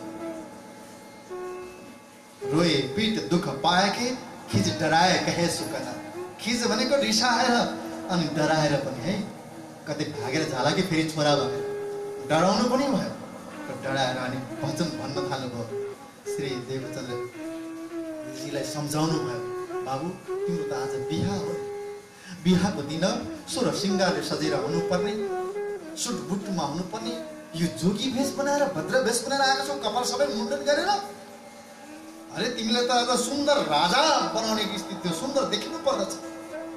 आज तिमीलाई म हिरो बनाउने स्थिति विचारमा थियौँ हामी, तिमी कहाँबाट जिरो भएर आयो? पिताजीलाई के थाहा? पिताजीलाई के थाहा हिरो कहाँ, म कस्तो हिरो बनेर आएको छु भन्ने? हिरो चाहिँ यो हो वास्तवमा, जो बनेर आएको यो। हजुर मलाई जिरो बनाउन खोज्दै हुनुहुन्छ। जिरोको कुनै अस्तित्व छैन, जिरोको कुनै अस्तित्व हुँदैन, शून्यको कुनै अस्तित्व हुँदैन जबसम्म एकसँग जोडिँदैन। त्यो शून्यको कुनै अस्तित्व छैन, त्यो शून्यको शून्य शून्य नै हो, त्यसको केही भेल्यु छैन। तर उसको साथ यदि एकसँग भइदियो भने ऊ एकैचोटि 10 हुन्छ। अनि शून्यको भेल्युलेसन हेर्नुसम्म अहिलेसम्म कुनै पनि त्यसको महत्त्व थिएन, भेल्यु थिएन, त्यसको मूल्य थिएन। आज एकसँग जोड्ने बित्तिकै 10 भयो, अर्को शून्य उसले थप्दा त्यहाँ होइन 100 भयो, अर्को शब्द 1000, लाख, 10 लाख, करोड, 10 करोड, अरू के हुन्छ? अरब, 10 अरब, खरब, 10 खरब, पद्मा, 10 पद्मा, होइन? अनि शङ्ख, 10 शङ्ख, के प्राणनाथजीले त प्रार्थसम्म गर्ने बक्सनु भएको छ, याद पो गर्न भ्याएको छैन त। कृष्णको नै लाल कि 35वटा सुन्नासम्म हजुरलाई आउँछ भन्नलाई, यदि आउँदैन भने प्रकाश ग्रन्थ, प्राणनाथजी महाराजले प्रकाश ग्रन्थ, तारतम सागरमा प्रकाश ग्रन्थ छ, हिन्दी प्रकाशमा, गुजराती प्रकाशमा पनि, हिन्दी सजिलो होला हामीलाई त हिन्दी प्रकाशमा गएर गुण धनीजीका गुण लेखौँ मन जानु होला त्यहाँ। अनि ग्रन्थ एकाइ दाई 100, 1000, 10,000, लाख, 10 लाख, करोड, 10 करोड, अरब, 10 अरब, खरब, 10 खरब, पद्मा, 10 पद्मा, होइन? अनि शङ्ख, 10 शङ्ख, हुँदै हुँदै सुरति, परति, अरति, पद्मा, के अरू के हुँदै हुँदै गएर प्रार्थसम्म छ। अब मलाई चाहिँ याद गर्न भ्याएको छैन। कृष्णको लाल कि त शून्यको महत्त्व एकसँग जोडिँदा छ। त्यो एक के हो भन्दा त्यो परमात्मा हो। एक भुवनस्य राजा। श्रोताहरू टन्न हुनुहुन्थ्यो भने त ताली बज्थ्यो होला। घरमा बजाउनुहोस् है, सबैले सुनिरहनु भएको छ। कृष्णको लाल कि शून्य त्यो परमात्मा, त्यो परमात्मा जो एक छ, त्यो शून्य यदि त्यो एकसँग जोडियो भने 10 हुन्छ होइन? अब शून्य जति भए पनि उसले झन् 10 गुणा त्यसको भेल्यु बढ्दै जान्छ। त्यस्तै दीपचन्द्रजी महाराज शून्य समान हुनुहुन्थ्यो, आज एकसँग जोडिनु भएको छ, 10 हुनुभएको छ। अब यो शून्य त थपिँदै जान्छ नि त, कति गुणा बढ्दै जान्छ। यता पिताजी चाहिँ भने के भन्दै हुनुहुन्छ? बाबु तिमीलाई म हिरो बनाउने खोज्दै थिएँ, तिमी त जिरो भएर आयो।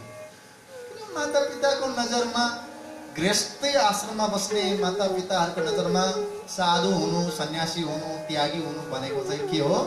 जिरो हुनु हो। किनकि आफ्नो केही राख्दैनन्, केही हुँदैन, मागेर एक छाक खायो, फेरि अर्को छाक मागेरै खाने हो। साधु सन्त भने चाहिँ मागेरै खाने, त्यस्तै खालको मात्रै सोचिबक्सन्छ क्या। सबैको दृष्टिमा त्यही हुन्छ। तर त्यो भित्रको जुन आनन्द छ, त्यो भित्र पाउने जुन मूल्य छ, त्यो मूल्य त्यो एकसँग जोडिनुको त्यो जानेका हुँदैनन्। तब दीपचन्द्रजी महाराज भन्नुहुन्छ, पिताजी म त आज अहिलेसम्म जिरो थिएँ, आजदेखि हिरो भएको छु। मनमा नै भन्नुहुन्छ। तब श्री देवचन्द्रजी ने उत्तर दियो, तुम क्या चाहता हो? अब त बोलेर भन्नुभयो, हे पिताजी हजुर के दिन चाहनु भएको छ? के चाहिँ दिन खोज्नु भएको त हजुरले? भन्नुहोस् न, के चाहनुहुन्छ हजुर मबाट? तब पिताजीले भन्नुभयो, आज तिम्रो विवाह तिमीलाई थाहा छ? मलाई कसैले भने? उत्तर दिनुभयो, विवाह? मेरो विवाह? मलाई थाहै छैन। अनि कसरी मेरो विवाह? मेरो त मैले जससँग विवाह गर्नु थियो उसँग त मैले विवाह गरेर आएँ। मैं विवाह करना था जिनसो किया है तिनसो।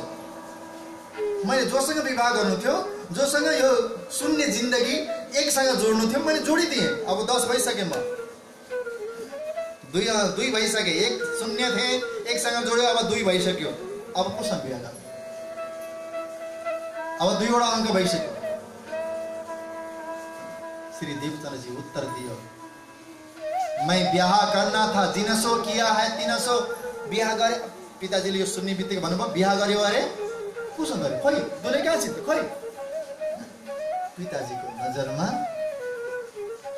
दुलै खोजिरहनु भएको छ। तब देवचन्द्रजी महाराज भन्नुहुन्छ, अरे पिताजी, हजुरले खोजे जस्तो दुलै यहाँ होइन, बल्कि म आफै दुलही हो। मेरै म दुलही भएर म कसैको बिहाई भइसके, म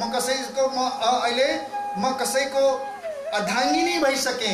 म अब सखी भाव, म अरू कुनै स्त्रीलाई विवाह गरेर म यहाँ पति बन्ने लायकको रहेन। अब म त आफै सखी भइसके, म आफै दुलही भइसके भनेर भन्नुभयो।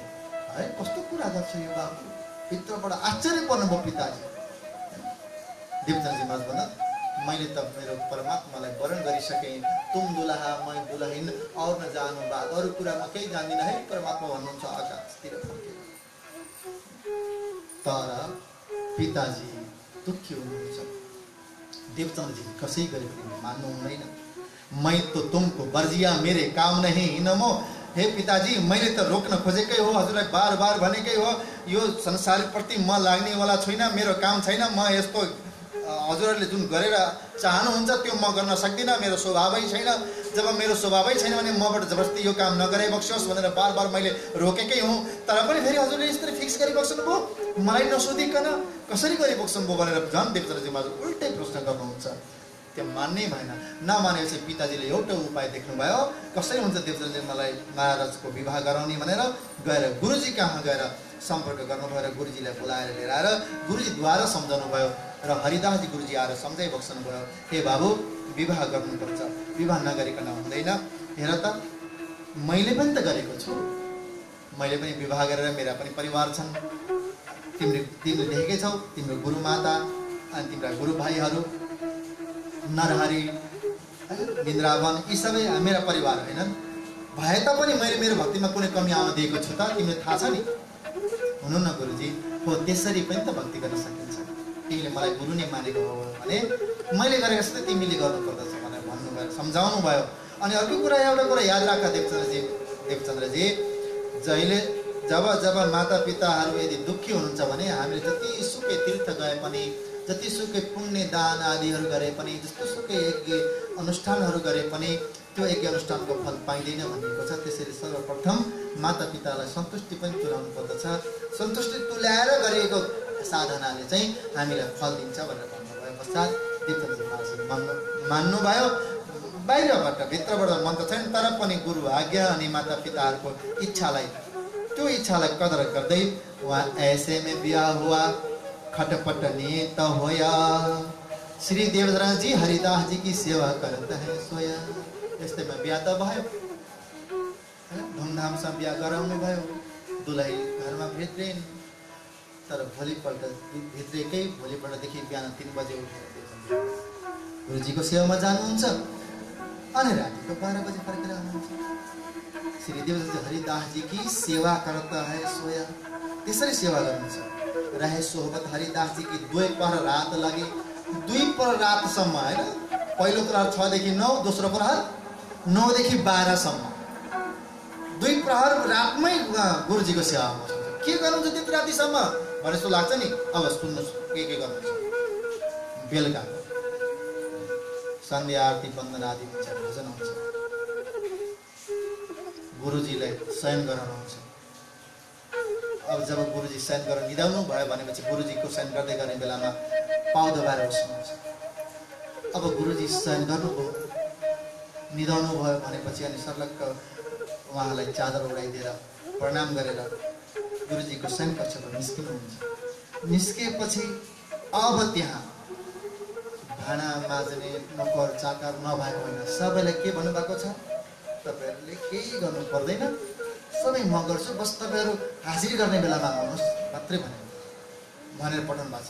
अनि सम्पूर्ण साफ सुग्घर त्यो भान्साको भाँडा बर्तन आदिहरू धोएर मिलाएर राख्ने, अनि मन्दिर पुरै हरिदासजीको घर त्यो पुरै सफा गरिदिने, बढाएर पोचाहरू लगाएर चटक्क पारेर राख्ने। अनि 12 बजे सबै काम सक्यो, सेवा सक्यो, जानुहुन्छ बल्ल 12 बजे सबै सकेर। अनि बिहान 3 बजे आउँछ। 3 बजे आएर के गर्ने? 3 बजे आएर दरवाजा पनि बन्द हुन्छ, भित्र पस्न पाइँदैन। के गर्ने त भन्दा 3 बजे आएर बाहिरैबाट परिक्रमा गर्ने।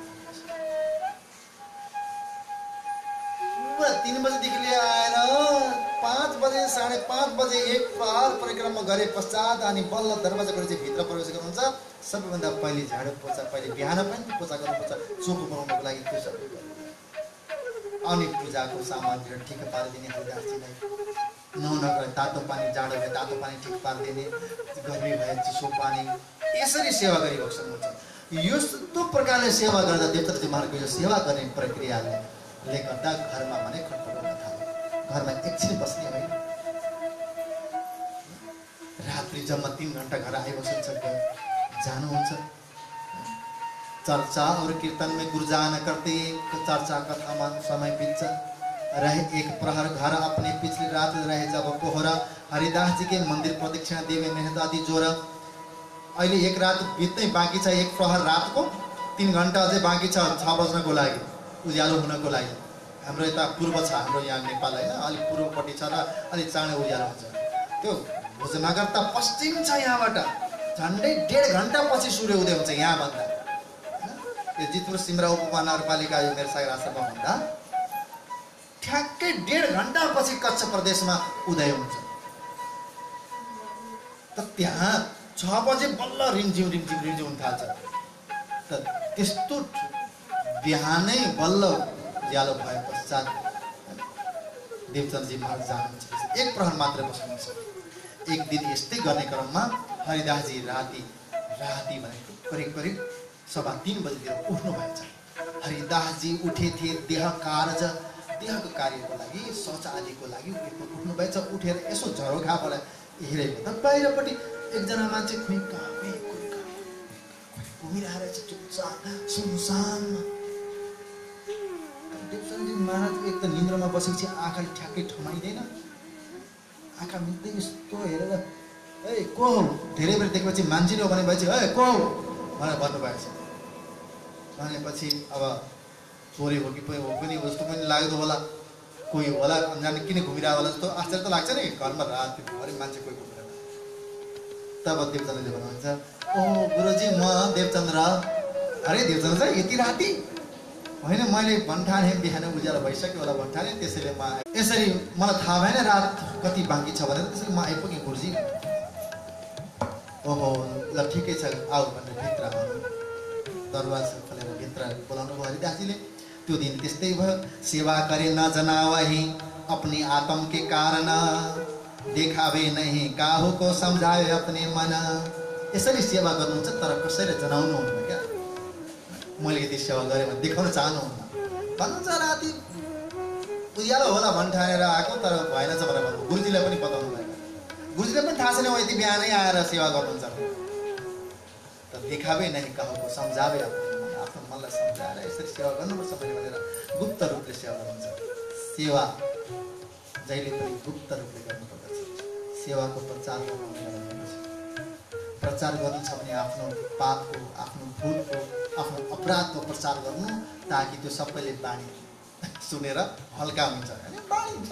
हुन त पाप कहिले बाँडिन्छ भनेर भनेको छैन। पाप त जति कमाए पनि आफैले हो भनेर, कमसे कम आफैले बोक्नु पर्ने हो भनेर। तर भनेर सुनाइयो भने त्यो सबैले सुन्छन् अनि त्यो सब बखान गर्न थाल्छन्। कहिले मैले सुनाइदिएँ भनेर अलिकति हल्का मन त हल्का हुन्छ। पुण्य चाहिँ बाँडिन्छ, धर्म बाँडिन्छ, पाप बाँडिँदैन। तर यहाँ सेवा चाहिँ गुप्त राख्नुपर्ने कुरा हो। जति गुप्त राख्यो उति सेवाको फल मिल्छ। हरिदासजीको सेवा गर्नुभएको देवचन्द्रजी महाराजले त्यो गुप्त राख्नुहुन्छ। हरिदासजी सुन के कही माफ का परवाना। ए ल ठिकै छ नि भन्नुभयो। तर देवचन्द्रजी महाराज ये नित्य प्रदक्षिणा दिए भाइ और दिन की सेवा करे जान। रातभरि परिक्रमा गर्ने, दिउँसोको सेवा छँदैछ, दिउँसोभरिको दिनभरिको सेवा छँदैछ। एक दिवस हरिदासजी थिए सेवा में होशियार। एक दिन यस्तै क्रम चलिरहेको थियो। सेवा पूजामा लागिरहनु भएको हरिदासजी महाराज बाहिरपट्टि हल्ला गरेर कसैले बोला आवाज आयो बाहिरपट्टि, गुरुजी, ए गुरुजी, गुरुजी भनेर बोलायो। सेवामा हुनुहुन्थ्यो, त्यसैले छिट्टै सेवा छोडेर आउनु पनि भएन। देवचन्द्रजी महाराज बाहिर आएर हेर्नुभयो, के भयो, किन गुरुजीले बोलाउनु भएको, सेवामा हुनुहुन्छ, हेर्नुहोस् न, यहाँ हामीलाई एकजनालाई 4 जना रहेछन्, त्यसमध्ये 1 जना चाहिँ बेहोस, बिच्छीले टोकेर हो कि केले टोकेर हो, यस्तो बिच्छीले नि टोकेर बेहोस भएको छ, मर्न आँटिसक्यो, मरिसक्यो, ल्याउनु बचाइदिनु पर्यो, गुरुजीलाई भनिदिनु पर्यो। तब देवचन्द्रजी महाराज आउनुभयो र अनि गुरुजीलाई भन्नुभयो, गुरुजीको सेवा पनि सकेपछि गुरुजी बाहिर निस्किनु भयो। तब यो बिच्छीले टोकेर बेहोस भएर मर्नसन्न अवस्थामा पुगेको व्यक्तिलाई देख्नुभयो। 4 जने पकड़ के आया खड़ा किए सामे द्वारा, और शख्स जो संग के सो कहने लगे पुकारा, पुकारेर भन्न थाले। बाहिर आएर हरिदासजीले समय हेर्नुभयो, हेरेर नानी छाउनुभयो, छामेर अनि के मन्त्र बोलेर यसो जुङ्गा मोठाएर थाल्नुभयो। त पहिलोचोटि यस्तो जुङ्गा मोठाउँदाखेरि जुङ्गाको आवाज पनि चट चट चट चट चट चट चट पड्केछ। अनि फेरि अर्कोचोटि मन्त्र भनेर फेरि दोस्रोचोटि यस्तो जुङ्गा मोठार्दाखेरि त त्यो अघिको भन्दा अलिक कम भएछ त्यो आवाज आउनलाई। फेर के दूसरी बेर हाथ मुछ पर फेरा और जो औरा, तब आकार चेतन हो के खड़ा रहा इस ठौरा। त्यो दोस्रोचोटि यस्तो गर्ने बित्तिकै त त्यो मान्छे त उठेर पो बस्न थाल्यो। त्यो बेहोस भएको बिच्छीले टोकेर मरण अवस्थामा पुगेको व्यक्ति उठेर बस्न भएछ। अनि देवचन्द्रजीले फेरि पनि रोक्नु भयो, हरिदासजीले फेरि पनि त्यो मन्त्र भनेर फेरि जुङ्गामा यस्तो हात लगाउनु भएको, त जुङ्गामा त एकदम नरम त्यो आवाजै नआउने जस्तो भएछ। तब तीसरी बेर फेर ते जोर न लगे जब, तब जहर कछुना रहा दण्ड किया। तब ती मानवको, ती व्यक्तिको देहमा बिच्छीको विष जहर केही पनि रहेन। अनि दण्डवत प्रणाम गरेछ हरिदासजीलाई। सबै ती 4 जना व्यक्ति जो बोकेर लिएर आएका थिए, ती 1 जनालाई ती सबैजनाले मिलेर दण्डवत प्रणाम गरे सबले। अनि जाने बेलामा सलाम पनि गरे, हैन? सलाम कर स्तुति करी बनाए, बडा स्तुति गरे, आफूबाट धन्य हो हरिदासजी, हजुरले ठुलो उपकार गरिदिनु भयो, बचाइदिनु भयो हे गुरुजी, हजुरले जीवन दान दिनुभयो भनेर धन्य धन्य भन्दै गए। जीवदान तुमैले दिया तुम्हारी पढाइ कहीँ न जाए। तपाईँले यसरी जीवन दान दिइबक्सनु भयो, तपाईँहरूको यो तपाईँले लगाउनु भएको यो गुण हामीले कहिल्यै त हजुरको यो महिमा गाएर गाउन सक्दैनौँ भन्दै जय जयकार लाउँदै उहाँहरू जानुभयो। यसरी हरिदासजीबाट यस्तो उपकारको कार्य भयो, यो देवचन्द्रजी महाराज देखिरहनु भएको छ। र देवचन्द्रजी महाराजलाई हरिदासजीले सोध्नु चाहिँ, हे देवचन्द्रजी, एउटा वचन सुना, तिमीलाई यो मन्त्र चाहिन्छ, हेर कस्तो उपकारको काम भयो। एकछिन पनि यदि ढिलो भइदिएको भए, एकछिन पनि त्यो मन्त्र भन्नलाई फुर्सद भइदिएको भए, ढिलो गरिदिएको भए, त्यो मान्छे मर्थ्यो रहेछ। हेर त, ऊ ठिक भएर गयो, कति उपकारको काम भयो, यो मन्त्र तिमीलाई पनि काहीँ काम लाग्न सक्छ, राख्छौ भनेर सोध्नुभयो। तब देवचन्द्रजी महाराज हरिदासजी गुरुजीलाई भन्नुहुन्छ, हमको मन्त्र जो तुम दियो सो हृदय राखे हम। मलाई जुन हजुरले मन्त्र दिइबक्सनु भएको छ त्यो त हृदयमा राखेको छु। अब सो यह मंत्र कैसा है जो लाख बिच्छू का दुख, सो जन्म और मरण का छुड़ाए के देवे सुख। हजुरले मलाई जुन मन्त्र दिइबक्सनु भएको छ पहिल्यै, त्यो मन्त्र कस्तो छ भने लाखौं बिच्छीले एकैचोटि टोक्दा कति दुख्ला, त्यति नै दुख्दछ मृत्यु हुने बेलामा अनि जन्मिने बेलामा। जन्म मृत्युको सुख दुःख भनेको लाखौं बिच्छीले एकैचोटि टोक्दाखेरि हुन्छ, जति हुन्छ त्यति हुन्छ भनेको छ। हो त्यस्तो लाखौं बिच्छीले टोकेको दुःख समान दुःखलाई मेटाइदिनेवाला हजुरले मलाई त्यस्तो मन्त्र दिइबक्सनु भएको छ। भजमन नित्य विहार वृन्दावन नित्य विलास भनेर यस्तो मन्त्र दिइबक्सेको छ। अब त्यो मन्त्रको अगाडि यो एउटा बिच्छीले टोकेको मन्त्र, एउटा बिच्छीको विषलाई निकाले मन्त्र टिक्ला त भनेर भन्नुहुन्छ। सो मन्त्र जिन उर्मे रहता है कैसे समाए, लाखौं बिच्छीले टोकेको दुःखलाई मेटाउनेवाला मन्त्र जुन हृदयमा छ, त्यो हृदयमा यो मन्त्र कसरी रहला भनेर भन्नुभयो। तब हरिदासजी रिज के सिफत करी बनाए। यो सुन्ने बित्तिकै हरिदासजी महाराज बडा खुसी हुनुभयो। खुसी भएर एकदम खुसी भएर उहाँलाई आशीर्वाद दिनुभयो, हे देवचन्द्र जी, ये बुद्धि हम में नहीं लगा, अरे देवचन्द्रजी तिमीमा जुन यो बुद्धि छ नि यो ममा पनि छैन, ममा पनि छैन, यो कहाँबाट हम्मे नै अलिकति पनि छैन ममा, कसरी तिम्रो यो बुद्धि कहाँबाट आउँछ? देवचन्द्रजी महाराजलाई पनि थाहा छ यो कहाँबाट आउँछ। उहाँ त साक्षात् बुद्ध अवतार भइसक्छ। यो पत्ता लगाउनको लागि नै देवचन्द्रजी महाराज म को भनेको कुरा पत्ता लगाउनको लागि नै खोजमा हुनुहुन्छ हैन। जो वचन तुम कहता हो सो हम नहीं विचार। हे देवचन्द्रजी जस्तो वचनहरू तिम्रो मुखबाट निस्किन्छ, मुखारविन्दबाट निस्किन्छ, त्यो त ममा अलिकति पनि आउँदैन, कहिले यस्तो विचारहरू आउँदैन, कहाँबाट आउँछ यस्तो यस्तो विचारहरू, गहिरो गहिरो कुराहरू भनेर गुरुजी सोध्नुहुन्छ। देवचन्द्रजी महाराज बस कृपा प्रभुको भन्नुहुन्छ। यिन भात कई बितके भई पाए बुझनगर, यसरी बुझनगरमा यस्ता कयौँ बितकहरू अझै पनि यस्ता बितकहरू छन्। अर्कोचोटि पनि एकचोटि देवचन्द्रजी महाराज बिहानै आउनुभयो, आएर परिक्रमा गर्दै हुनुहुन्थ्यो। यो त उहाँको नित्य धर्म छ नि त, नित्य गर्नुहुन्छ। आएर परिक्रमा गर्दै गर्दा गर्दै गर्दा हरिदासजीले त्यो दिन पनि देख्नुभयो। देखेर ए को भन्नु, फेरि उही त देवचन्द्र, म गुरुजी म देवचन्द्र। अरे देवचन्द्र फेरि पनि तिमी? ल मैले थाहा पाएँ अब तिमीले त्यो दिन चाँडै उठेर आएको गुरुजी भन्थ्यौ, होइन रहेछौ तिमी त सधैँ आएर यस्तो गर्ने गर्दो रहेछौ। तिम्रो सेवा म सहन सक्दिनँ, यो तिम्रो गरेको काम हैन। तुम मोसो कहाँ कहत हो, क्या मागत हो तुम, मोसो तुम कह देऊ ओह मैं देऊ तुम। मबाट के चाहन्छौ, यहाँ के छ तिमी त्यस्तो कुरा भन, बरु म तिमीले त्यो वस्तु दिन्छु, यसरी तिम्रो सेवा चाहिँ म सहन सक्दिनँ भन्नुभयो। तब हरिदासजी कहा मैं तुम्हें देऊ बाल मुकुन्द। देवचन्द्रजी महाराजले केही पनि भन्नु भएन, त्यसरी हैन शिर झुकाएर बसिरहनु भयो। र अनि हरिदासजीले भन्नुभयो ठिकै छ, ए देवचन्द्रजी तपाईँ बोल्नु हुँदैन, ठिक छ म तिमीलाई बालमुकुन्दजी दिन्छु। बालमुकुन्दजीको मसँग दुई स्वरूप हुनुहुन्छ, बाँके बिहारीजी र बालमुकुन्दजी। बालमुकुन्दजीलाई घर लैजानुहोस् अनि सेवा गर्नुहोस् भनेर म दिन्छु, भोलि दिन्छु है त भन्नुभयो। तिनकी सेवा तुम करो ज्यू आवे आनन्द पाओ आनन्द। तब श्री देवचन्द्रजी ने कहा जो आज्ञा तुम्हारी हो या हजुर जस्तो हजुरको आज्ञा जे होस् भनेर भन्नुभयो। म त्यही गर्नेछु भनेर यसरी भन्नुभयो। यसरी अब भोलि बालमुकुन्दजी दिन्छु भनेर गुरुजी हरिदासजीले भन्नुभएको छ। र देवचन्द्रजी महाराज आजको सेवा गरेर घर जानुहुन्छ। घर गइसकेपछि अब के हुन्छ भन्ने कुरा लालदासजी महाराजले भोलिको प्रसङ्गमा यो बताउनु हुनेछ। श्री महामती कहे साथ जी ये बीतक भोजनगर, आगे इनके और कहूँ बीतक पहचान पर।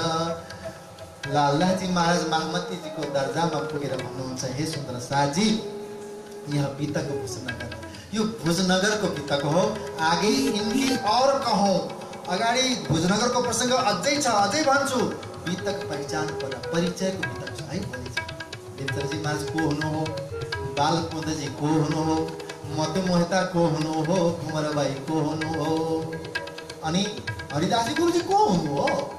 यहाँहरू सबैको परिचय खुलाउने खालको चर्चा चाहिँ भोलि म भन्ने छु भनेर लालदासजी महाराजले पनि आजको प्रसङ्गलाई यहाँनिर विश्राम गर्नुभयो।